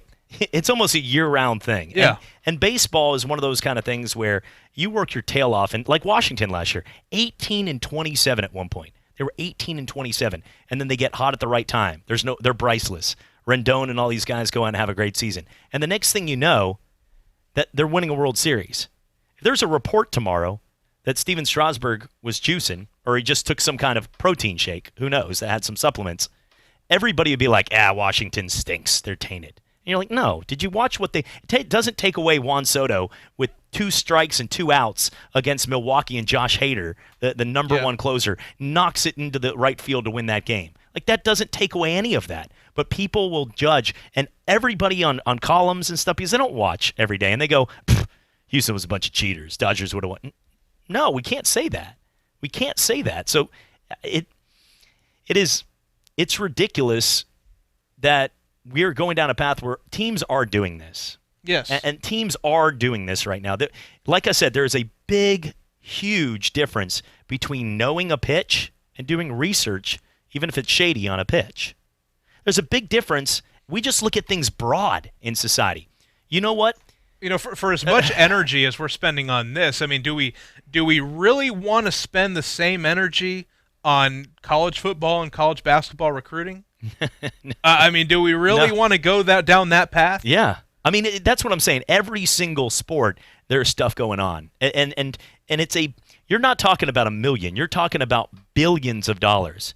Here, I put it in perspective. Philadelphia Phillies, you've done nothing, and I'm not going to attack you. You fans booed Santa Claus, you might get me. But I would say I've had some conflicts with Philly fans. Like them. They're loud, they're energized, but it's the one fan that will come over to me and be like, "Hey, buddy," So I'm not going to go down a path, but I will say, I'm not saying your team's cheating at all. But Bryce Harper gets paid $67,000 an at bat last year. $67,000 an at bat. You don't think for a second, for more than most people make in a year, families make in a year, that somebody is not trying right now to one-up every at-bat for $67,000 for that guy? You don't think they're trying to get tipping pitches or do that? I mean, come on now. The money is unreal for this league, and if you don't think for 2 seconds that they're trying to do that. Trying to get that one giant payday. I mean, it's however they can do it. That's the game itself. And you know what one thing is? Houston being good, here's the thing with all of that. Nelson Cruz, Miguel Tejada, all these guys, found out he was like 70 when he was 23 in Dominican. Like all of these guys, yeah, they got caught and they got suspended. But guess what happened to A-Rod? He sat out a year. But you know how much money he made if he was, and he's now dating J-Lo? Do you think? And now he's on ESPN. And that's the biggest This is the biggest hypocritical thing about all of this, is every athlete that we deem these terrible cheaters in baseball, they put them back on the networks. First thing for all of them. Pete Rose, A-Rod. Think about the people. Think about every person who is on the Major League Networks. Do people even remember like the whole A-Rod thing? I mean, seriously. I mean, like he missed the entire season. He was the most reviled person. And he's a good broadcaster. I hate that. He is good. Yeah, but it's just like it doesn't. It's like the NCAA vacating. They've wiped it from my memory bank. Big Papi gets shot in the Dominican for I'm just going to call a spade for sleeping with like a kingpin's girlfriend. He didn't Allegedly. for anybody allegedly, right? Yeah. For anybody that thinks the guy who was paid, he's not James Bond obviously, because he didn't do his job apparently by that guy. But you think for 2 seconds that a guy that's paid to take a hit misses a guy like Big Papi size? I mean, Joe, you're a bigger guy. You know that Big Papi, when you're sitting there, if me and you are sitting there and somebody's like, oh, I thought you were Joe, be like, no, we don't look we're different size people. Like, it's ridiculous to think the other guy, they said he was trying to go for his cousin, who was half the size of Big Papi from point-blank range. No, what happened was the guy, and he was going after a kingpin's wife, and he was told to stop, and it happened again, but we love Big Papi. He's my favorite baseball player ever. And what do we do after he recovers? We put him on national TV on TBS to do the games right there. That's what I'm saying. How many people remember? And I'm trying to remember the name of the report, like the Balco, Balco Labs. Yeah. He was on that report. Yes. Yeah, how many people remember protein shakes? We called it protein. It's like how many people remember that? Like anybody, like your Hall of Fame credentials are over if you were on that report. If you're like, and even if you're not on that report, like everybody who played in like the Killer Bees, the Baggio, the Bagwells. Yeah. I mean, even if you're not associated with that report, it's like, well, we think you might have been, so we're going to keep you out. But it's like Big Papi. It's like nobody remembers that he was on the report. He was implicated in this. It's like, well, he's so darn likable, man. That's like Andy Pettitte. Andy Pettitte immediately when it happened. Andy Pettitte goes out there and he raises his hand and goes, "Look, guys, I'm 42." He was already loved for the postseason. It's the same reason Chris Carter gets held out of the Hall of Fame for as long as he did because, well, he wasn't nice to the media. No, it's just. But let's see it through that. Like Ty Cobb is a legend with the statue. Ty Cobb took off his cleats and stabbed people, and he drank. I was not there for that 1908, but he also was drinking. I did see this on reports. I was not there either, but he was drinking whiskey in probably a lot of them did in the 1900s. But Prohibition just kicked back. But no, when you look right now, when we look at teams and players, though, we are so easy to judge the way we want. Like Barry Bonds, Roger Clemens, and Mark McGwire are complete cheaters and terrible people by what they did. Andy Pettitte's, Rafael Palmeiros, all these people, they're like, hey, we love you. Good mustache. I like how he looks. Yeah. But we don't care because, we judge who we want to judge. And based then we all know who we like. We all know the Marcus Giles or the guys like Brady Anderson who went from bunting sacrifice bunts to hitting the ball to center field. That went extreme. Went Hans and Franz on us, pump you up, and then became this guy. We're not stupid either. There's some guys that clearly took roids and got better as baseball players to the point where they were borderline making the major leagues, and then they went to hitting 40 home runs. We know those guys. The other guys that we mentioned, McGwire, Bonds, Clements, they were all the best players, all-stars, Cy Youngs. Barry Bonds has 7 MVPs. Do you know that second most ever in the history of Major League Baseball is 3? Barry's got 7 MVPs, and none of them have asterisks based on Cooperstown. Publicly, they have asterisks. 7, and the closest is 3 in the history of baseball, and guess what? Barry Bonds isn't in the Hall of Fame. Yeah, and he never missed one single pitch. But we do know his head grew the size of a blimp. But again, I go back to the question, who, when all this is going on, who really cares? And it's like I would respect baseball a lot more if they were just honest about what if they said, hey, you know what, Wild Wild West, we want an entertaining game, we want we want 11 runs a game, we want, this is what we want, this is what we are, right?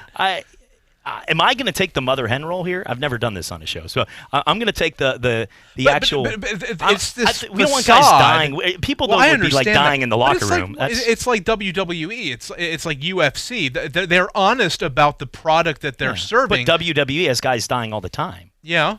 That's what I'm saying. Like to commit suicide and guys dying in their 40s of heart attacks. I mean, like when you're in the sport, and again, I think there's I don't want, guys like injecting needles into their arms, before, like in the dugout or like on the third baseline. I understand that. But it's like there is this facade that baseball is trying to project to us, an image that we are we are purity, and the sacred halls of baseball are not to be defiled by these guys that were shooting themselves up in the 90s. Come on, again, who cares? Baseball didn't at the time. So, again, just be honest about it. Just be honest. Say, hey, you know what? We looked the other way. Everybody loved it. Everybody's getting in. And nowadays it's like, hey, these guys got caught with, they were banging on trash cans. These guys over here had buzzers in their jerseys. You know what? We had the highest viewership of all time in the World Series, so more power to you. We're going to come back. We'll continue this conversation. You can weigh in 850-623-1330. Our PSA of the day, kids, we don't condone any of these drugs, but do what you need to do. Coming back for more. Don't do drugs. Right here on Sports Drive. Wednesday, Thursday, or Friday. How about we add Sunday to that list? It's the NFL Tailgate Show at World of Beer. Your plans just changed. Yes, they did. Live show, games, prizes, NFL legends. 500 bottles of beer on the wall. And you can try them all. And no wrong choices. Well, trying all 500 week one, that could be a bad choice. World of Beer. Beer as you have never experienced it before. Come on, bro. That was my tag. Your NFL party awaits you at World of Beer. World of Beer. Really? It's a new year and time for a new car. Bob Tyler brings you the most dependable line of cars at the best Bob Tyler Toyota prices. Drive the new 2020 Toyota Camry LE for just $239 a month, or new 2020 Corolla LE only $118. If a new year, new car is for you, get to Bob Tyler Toyota right now, where caring means quality at our best price. With approved credit, 12,000-mile, 36-month leases, $32.99 down for Camry, $29.99 down for Corolla. Excludes tax, tag, registration, and title, 0 security deposit. All prices include $899.50 dealer fee. See dealer for details. Expires 1/31/20.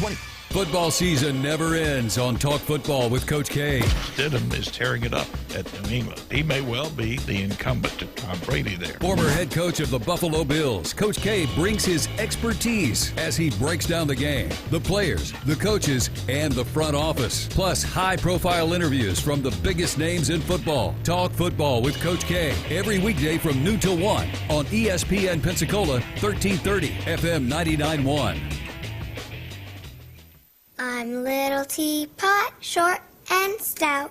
Here is my handle and here is my spout. No, Dad, like this. When I get all steamed up, then I shout, tip me over and pour me out. This is WWE superstar Roman Reigns. It only takes a moment to make a moment. Take time to be a dad today. Visit fatherhood.gov, brought to you by the U.S. Department of Health and Human Services and the Ad Council. There's a lot going on right now, and broadcasters are on the ground covering all of it, bringing you the weather, the traffic, and breaking news, all while entertaining you 24 hours a day. Someone needs to tell you what's going on around the world and in our hometowns, and that someone is us. We are free radio. We are always there. We are broadcasters. Visit wearebroadcasters.com or text radio to 52886 to learn more. Furnished by NAB and this station. The Paul Feinbaum Show. Everything you wanted to happen hasn't happened. Oh my gosh, that's all any of y'all want to talk about is Alabama. You're really not understanding the conversation, but anyway, we can move on. Alabama's dynasty has just begun. Hold on a second, Charles. Somebody wants to talk to you. I don't want to talk that compelling moron. He's nothing but a lame-head old man. 2 till 5 every weekday afternoon. ESPN Pensacola, 1330 AM, 99.1 FM. You're out of your freaking mind, cowturd. You're listening to Pensacola's home for hometown sports. ESPN Pensacola, 1330 AM, 99.1 FM.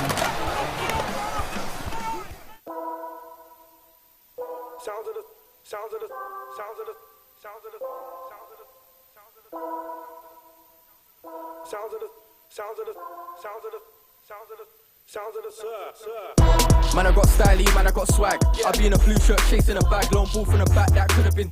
That's another trophy, man, I just dab.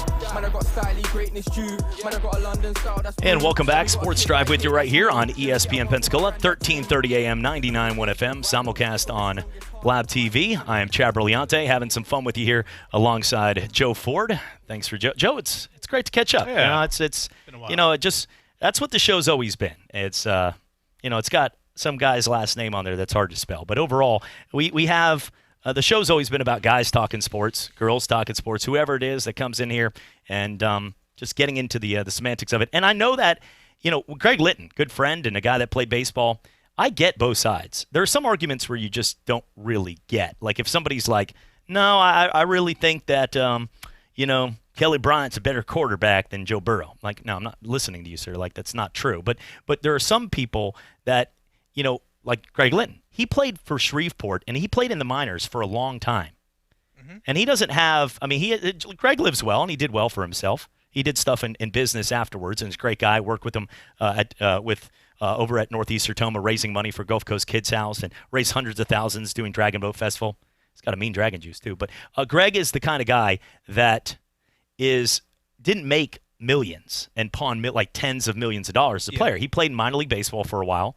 He moved his way up, and he got an opportunity with San Francisco where he played. He actually played all 9 positions. Only guy in the history of the game to do that. But he had to work his you-know-what off to get there. And he saw guys. He played with A-Rod in Seattle. He played with a lot of guys, Kevin Mitchell and Matt Williams and some of the guys, Will Clark, when they were in San Fran.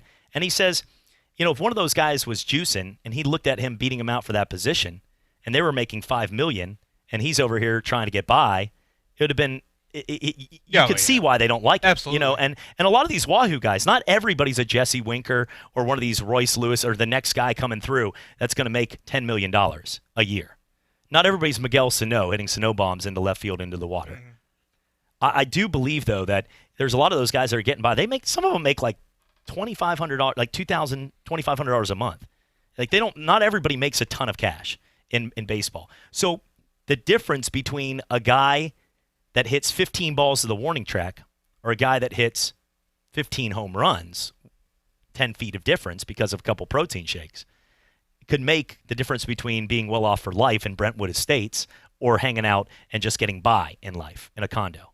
And that's so I get why people are angry on it, but I get your point too, because baseball, we all know that. If you're lying to yourself as a fan from an entertainment standpoint, if you don't think the best time for baseball is when Big Mac and Sosa, McGuire, and Bonds were crushing the ball. Because it was. It was the best time as a baseball fan I've ever watched. I mean, same thing with college basketball. You're lying to people. I know Jeffrey D does like this, actually. But people are lying when college basketball people are like, oh, no, man, I like it better, the pro style of Valparaiso setting screens. No, I liked it when there was they had to stay 3 or 4 years, and you had these 7-footers coming flying in there. One and dones make college basketball way better. Zion Williamson being in that tournament against Stocko Fall made it so much better than if those guys could all go pro. It does. It makes it more entertaining. Yeah, and I would like to see, kind of branching off here, but I would like to see. That's what we do here, so don't worry. Yeah, it's part of the show. That's if college basketball had a way to let the stars go, but I mean I do see the value for college basketball because in my opinion I think the game has been a little bit watered down because of the one and dones. Mm-hmm. And the reason I say that is because you could have really great teams like Kentucky. I mean, if you did like a personal project one day where if you projected what the Kentucky rosters would look like if all of their players stayed for 4 years, you'd have the Anthony Davis team would have 5 top 3 picks from the previous 2 years.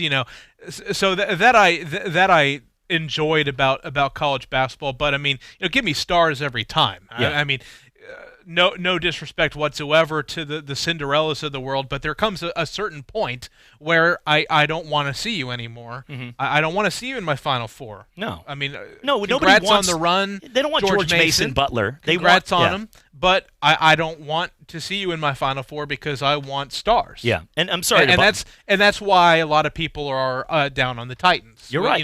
You're right. And that is what we call a segue. Good job. Into. Yes. Yeah, I do want to say disrespect for the Butler. They're actually legit now, but they were at the time, great, man, with Gordon Hayward and who was the other guy? Matt Howard. Yeah, and Andrew Smith, the big guy who passed. But I will say though that if you look at we want David versus Goliath. We don't want David versus David. We don't want to see that matchup. Nobody cared when UC Irvine was playing against St. Bonaventure. Goliaths. Yeah, or 2 Goliaths. But you want St. Bonnie's who just upset one playing Duke. You don't want St. Bonnie's UC Irvine. That's just watching a late night, midnight game that we don't stay up on ESPN the Ocho. Like that's the difference. Is you're right though. And the segue over to football on this, I do think though. But who is by the name of the game? Green Bay's got a name that's been resonating forever, but they're not to me. So hard to say a 14-3 team is not the legit real deal. But I've watched so many Packer games. Are you asking like who you think America wants to see? Well, I just think San Francisco is a much better football team. They are. I think America wants to see, and I think what TV network has the Super Bowl on this year? By the way, is it? I think it's.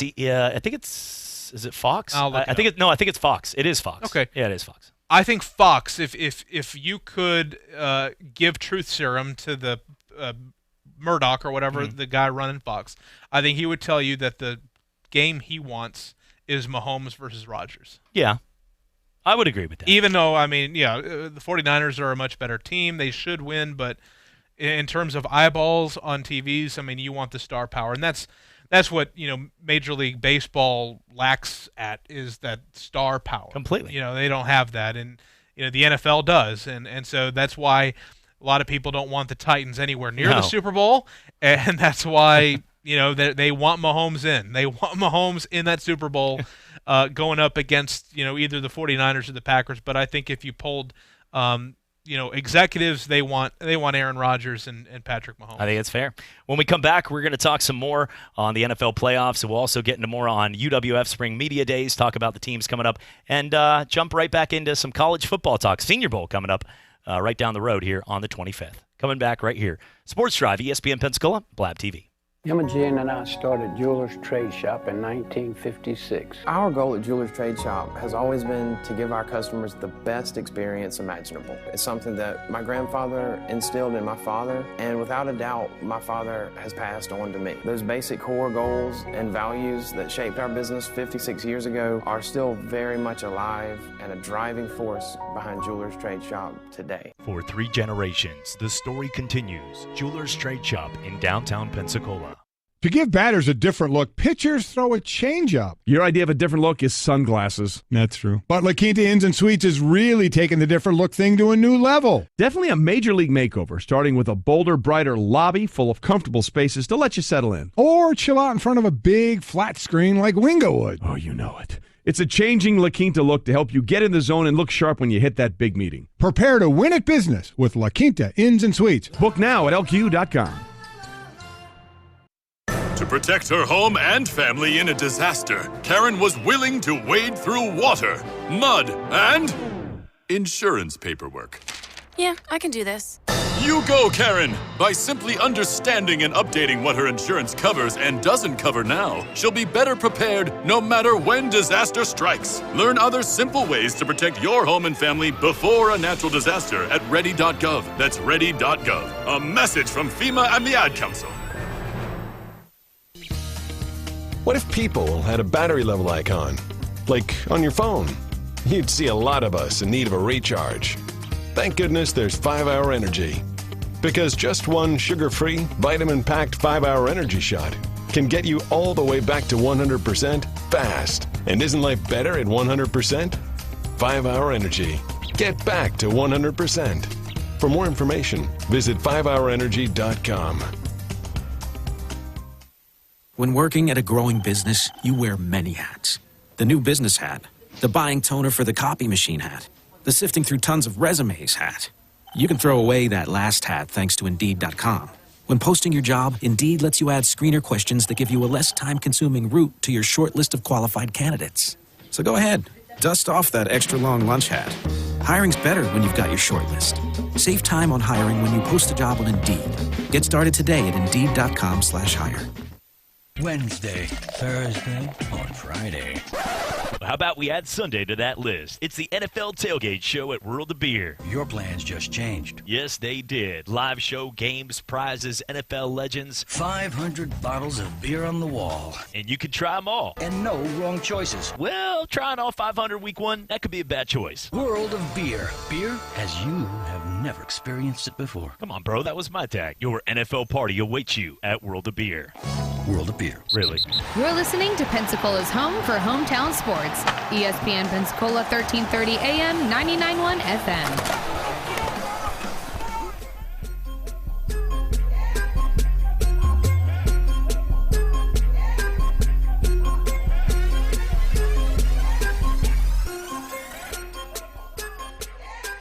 And welcome back. Sports Drive with you right here on ESPN Pensacola, 1330 AM, 99.1 FM. A reminder, Sunday we'll be out at World of Beer for the NFL Tailgate Show. 2 games in action. Has a lot of intrigue to them. Joe, when you look at the matchups, though, which one to you is a more intriguing matchup between Tennessee and Kansas City and San Francisco and Green Bay? Oh, to me, it's pretty easy. It's the AFC. And the reason for that is because, I mean, you kind of have Tyreek Hill throwing down the gauntlet saying, nobody can stop us. So, you know, if you believe in juju, that type of thing, you know, that's squarely in the Titans' favor right now. But, you know, I'm no offense to JP, I'm rooting for Mahomes in the Super Bowl because, you know, when your favorite team's out of it, I mean, you want to see the best possible matchup. You want the best possible lead-in for it. So, to me, that's the Chiefs being in the Super Bowl. Although, I mean, would it shock me at all if the Titans are in? No, because, you know, you talked about it last hour, Chad. You know, these 6 seeds or these 5 seeds that they just grind you down. They get on this hot streak and they just ride it all the way to the Super Bowl. I mean, the Titans could easily, it could easily be one of those years this year. Ultimately, though, I think there's probably a little too much Patrick Mahomes and a little too much offense. And, you know, it's so hard to win in the National Football League, but it's really hard to beat a team twice. And that's what the Titans are going to have to do on the road. And I feel like you know, there's maybe a sense of invincibility that the Chiefs have right now, knowing that, you know, hey, we were down 24 points. And just the way that they were able to turn around, I think it's going to be really hard for the Titans to overcome. And one thing that I want to say really quickly that a lot of people are forgetting is, you know, let's not pretend that the Titans don't have a big play element as well. Mm-hmm. We haven't seen it because they haven't had to use it. But, I mean, A.J. Brown is, you know, one of the, you know, the top young receivers in the National Football League. Tannehill can get him the ball. He's got a pretty good deep ball. And you know, so I don't want to sit here and say that all you got to do is just stop Derrick Henry. I mean, that's a huge part of it, obviously. But, you know, Tannehill was the highest-rated passer in the league this year. So it's not like we're talking about, you know, just a completely one-dimensional offense. Certainly he feeds off of Derrick Henry, but, you know, the Titans are capable of putting up some points too, and the Chiefs' defense has been playing better, but they're not unbeatable either.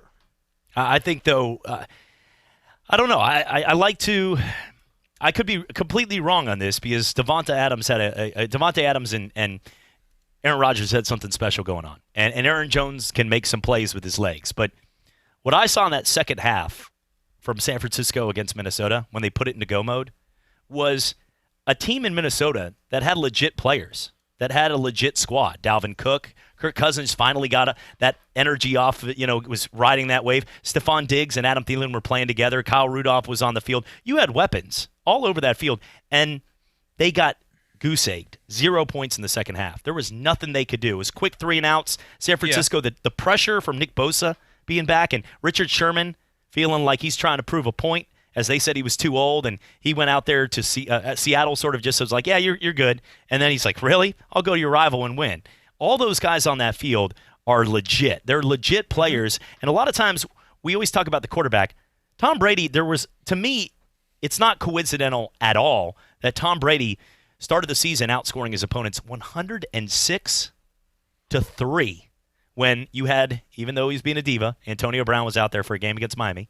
Josh Gordon was out there. Mm-hmm. You had your Julian Edelman was healthy, and you also had the whole platoon of running backs and 2 offensive linemen that didn't get hurt.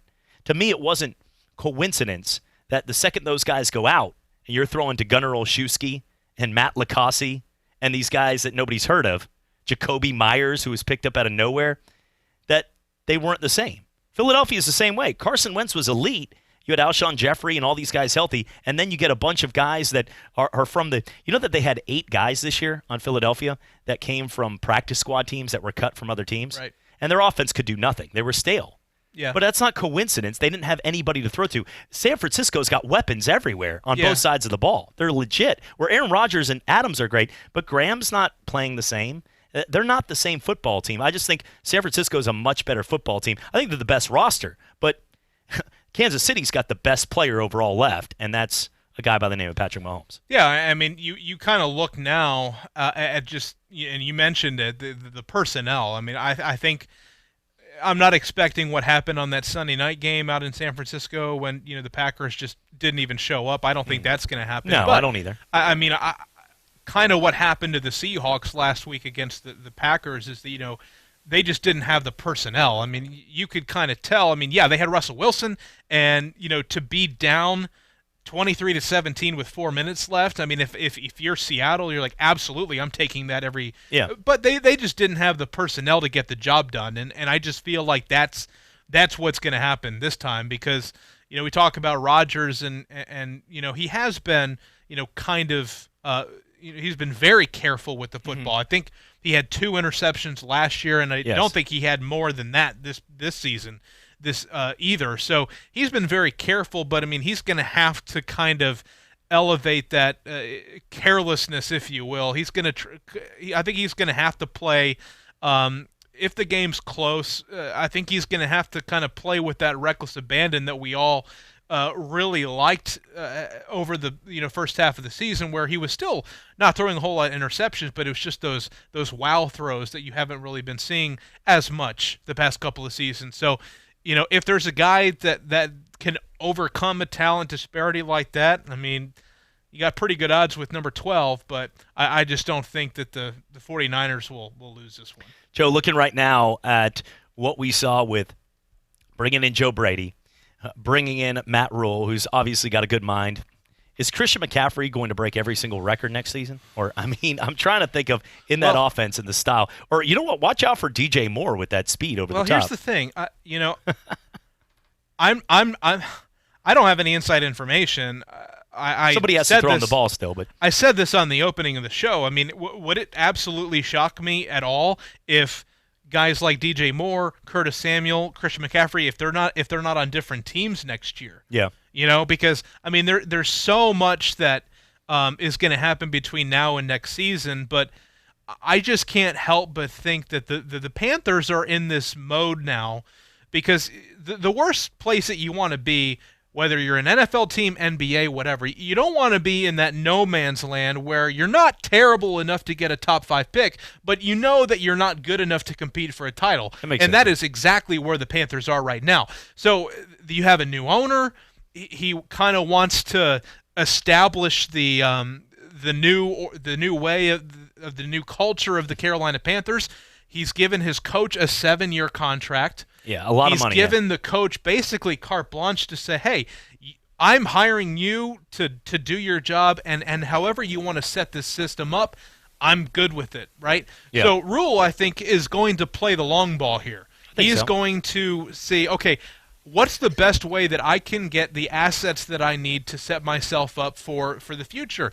We saw this in San Francisco with John Lynch and Kyle Shanahan. They traded down a lot.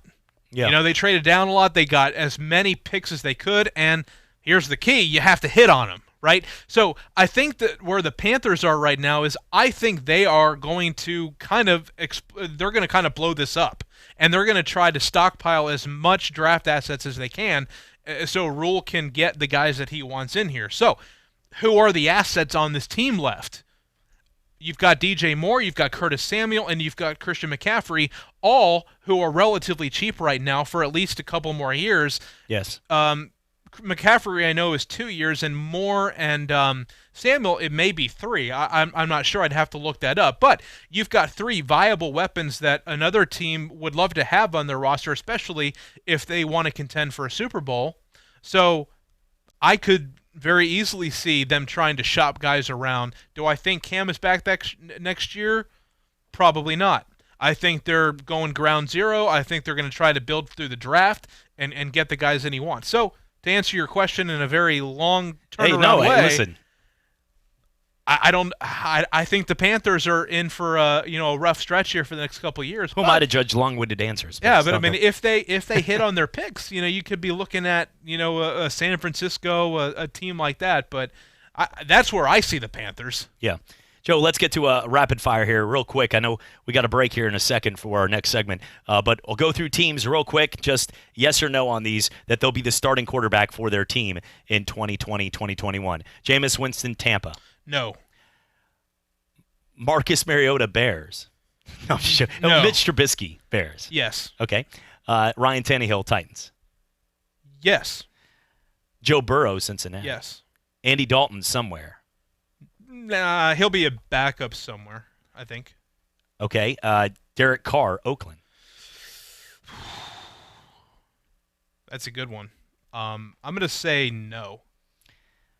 Drew Lock, Denver. I'll Yes. go, yeah. And then the last one, looking at it as well, Dwayne Haskins, Washington. Yes. Okay. I think towards the end of the season there, I think they saw enough of Haskins to move forward. Nick Foles, Jacksonville. No, I think it's going to be Minshew. And then finally, Phillip Rivers in L.A. for the Chargers. No. You think he's with the Colts? I've heard reports he's going to Indy. I don't know. Could be. Jacoby Brissett. Jacoby's playing with house money. He knows it's only a matter of time before he loses his job. I'll tell you what, he didn't do a bad job. Phillip Rivers, I mean, he's a different guy. He's kind of like, that country guy. I mean, he's from the state of North Carolina. He's got like 48 children, I think. Yeah. He's from the state of North Carolina. He played at NC State. Wouldn't shock me if Matt Rule calls him up and says, hey, you want to be the bridge for a couple years? I can see that. I can see it. But yeah. All right, we're coming back for more. Oh. Uh-oh. Breaking news, Here it is. Chad. Uh-oh. Let's sound the alarm. The New York Giants have landed offensive coordinator Jason Garrett.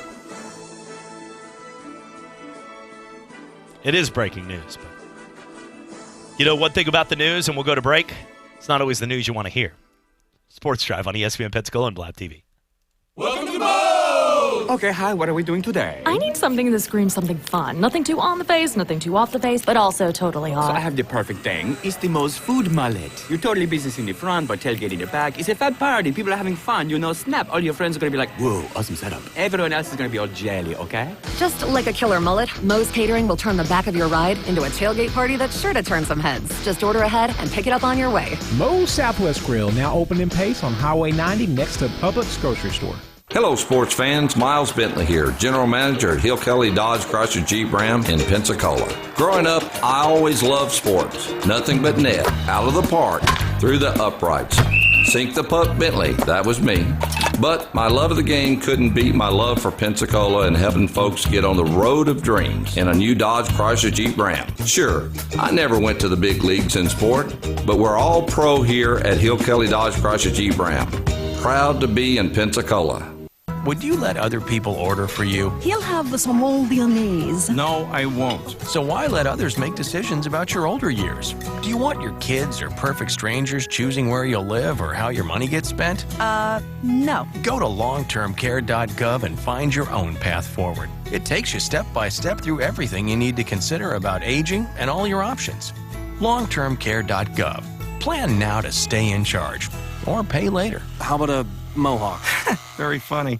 Pensacola is loaded with famous athletes, and when it comes to seeing a chiropractor for their sports injuries, there is one team they trust, Doctors Edwin Roberts. A family tradition for 3 generations, Doctors Edwin Roberts Chiropractic, next to Legendary Fitness on Mobile Highway, has helped champion athletes like Emmett Smith and Trent Richardson. Doctors Roberts specialize in relieving auto accident pain to physicals for the student athlete. The best treatment for sports injuries is prevention. Call 912-4155 for a free consultation and change your life forever.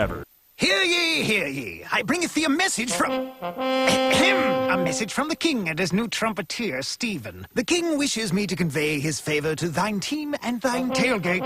Not yet. He invites thee to let the Bud Light flow forth. And he also wishes me to tell thee that he toasts thee. Waiteth until the end, Stephen. With game day's favorite light lager and the slogan of his kingdom. Oh, dilly dilly. Enjoy responsibly. Bud Light Beer, AB, St. Louis, Missouri.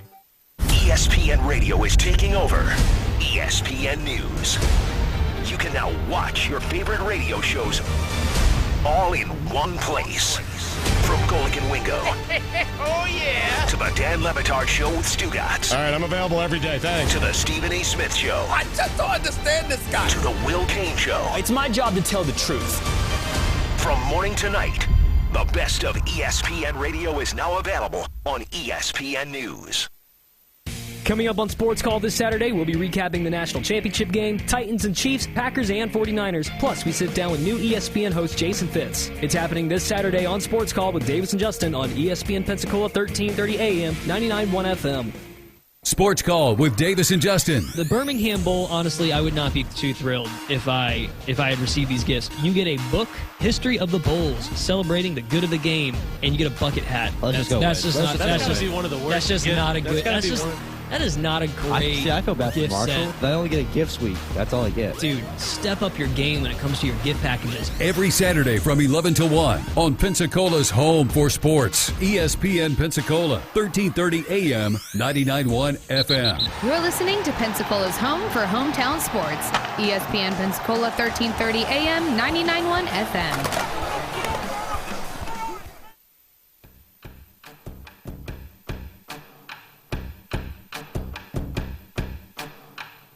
It's amazing, I'm the reason everybody fired up this evening.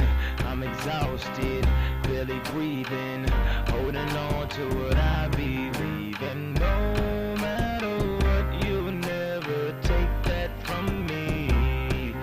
My reign is as far as your eyes can see. It's amazing, so amazing, so amazing, so amazing. It's amazing, so amazing. Sorry, I let this song go a little longer just because I was just going down memory lane with all those amazing days with Tom Brady. It's now done. So, now that we're out, I realize times are done, What do you think of it? I know that you probably are for this, as I am. Belichick getting pneumonia next year for a year, 0-16, and then Trevor Lawrence. Tom Brady retires. Bill Belichick gets sick or hangs out with Kraft in South Florida. That would be a bad idea. And next thing you know, they come back and they get Trevor Lawrence, the number one pick.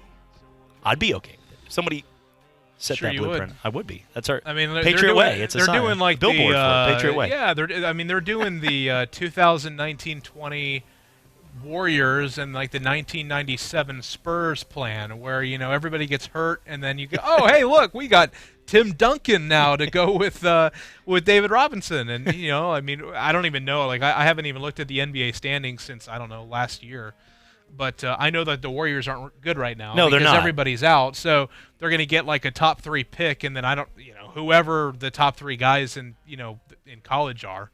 I'm sure there's a guy from Duke. I know Vernon Carey Jr. I think he's okay. That's how they do it, man. So yeah, absolutely. If the Patriots want to play that game, or they just, I hear Jared Stidham's lighting it up. Yeah,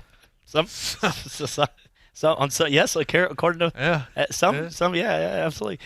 I've heard that as well. Yeah. Looking at the matchup right now with it could be the next guy. Could be.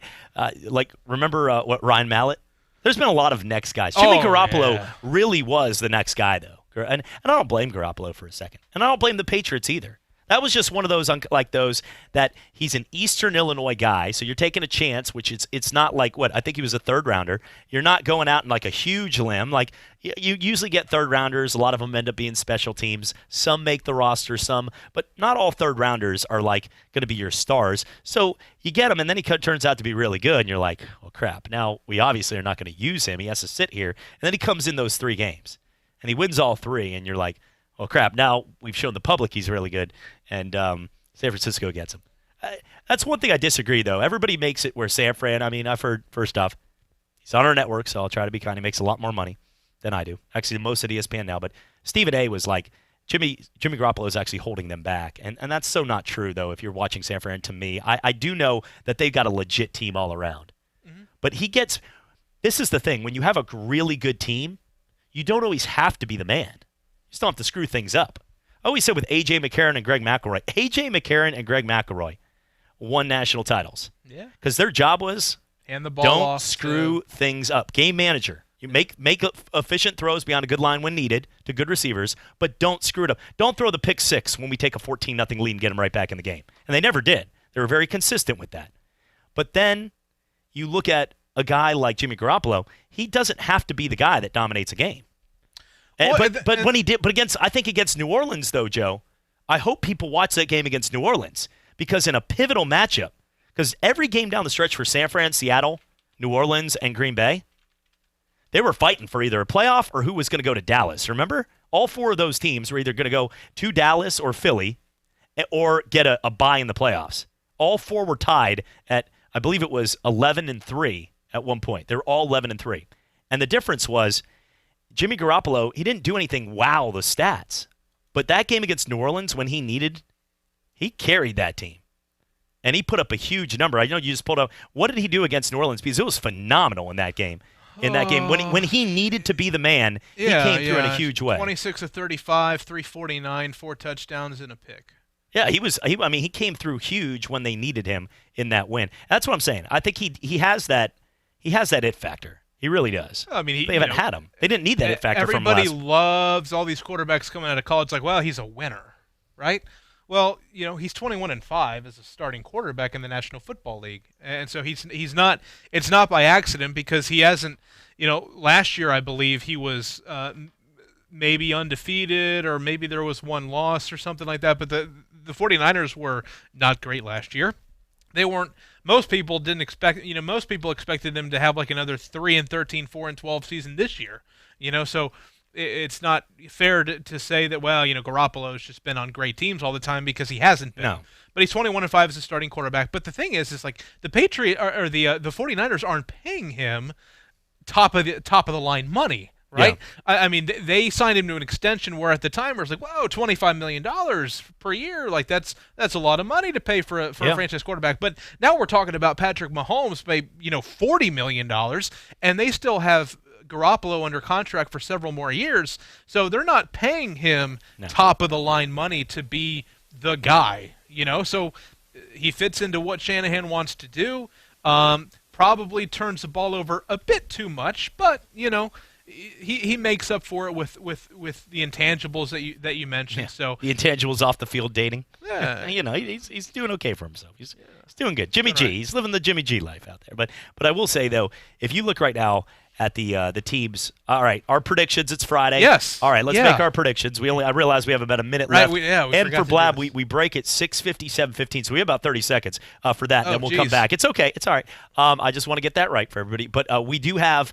I'm going to go with San Francisco and Kansas City in the Super Bowl. I'm right there with you. I'd say Chiefs 38-23 and 49ers 27-17. All right. Well, appreciate you joining, Joe, and thank you for everybody out there on Blab TV. Have a great rest of your night.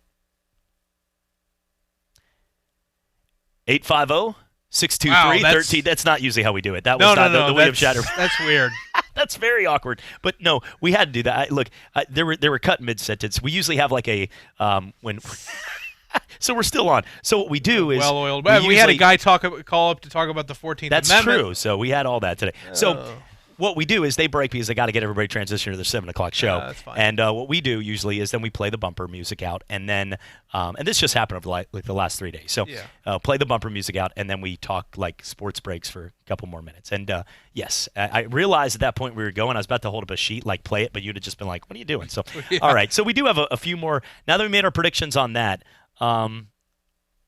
Best player in the NFL right now, Patrick Mahomes or Lamar Jackson? Player in the NFL? Christian McCaffrey, Michael Thomas. Who's the guy that you take? I think you got to go with the quarterback. Is Joe Burrow? I mean, is he that good to say take the? That would be reaching huge. But I don't know. I mean, Quentin Nelson kind of stands out. Offensive lineman for the Colts. That's fair. But you also had a team not make the playoffs with them, where Patrick Mahomes' teams they're making the playoffs because if you switch Quentin Nelson and Patrick Mahomes. Yeah, I mean, if you did the like the Madden created team draft, and you had the first pick who you pick in, it would be Mahomes. He is, and you know what I love too is like he makes a great throw and the guy drops it. They dropped a ton in that first quarter, right in their hand. Robinson, all those guys, and he just sort of smiled, and he walks. He's just such a nice dude too.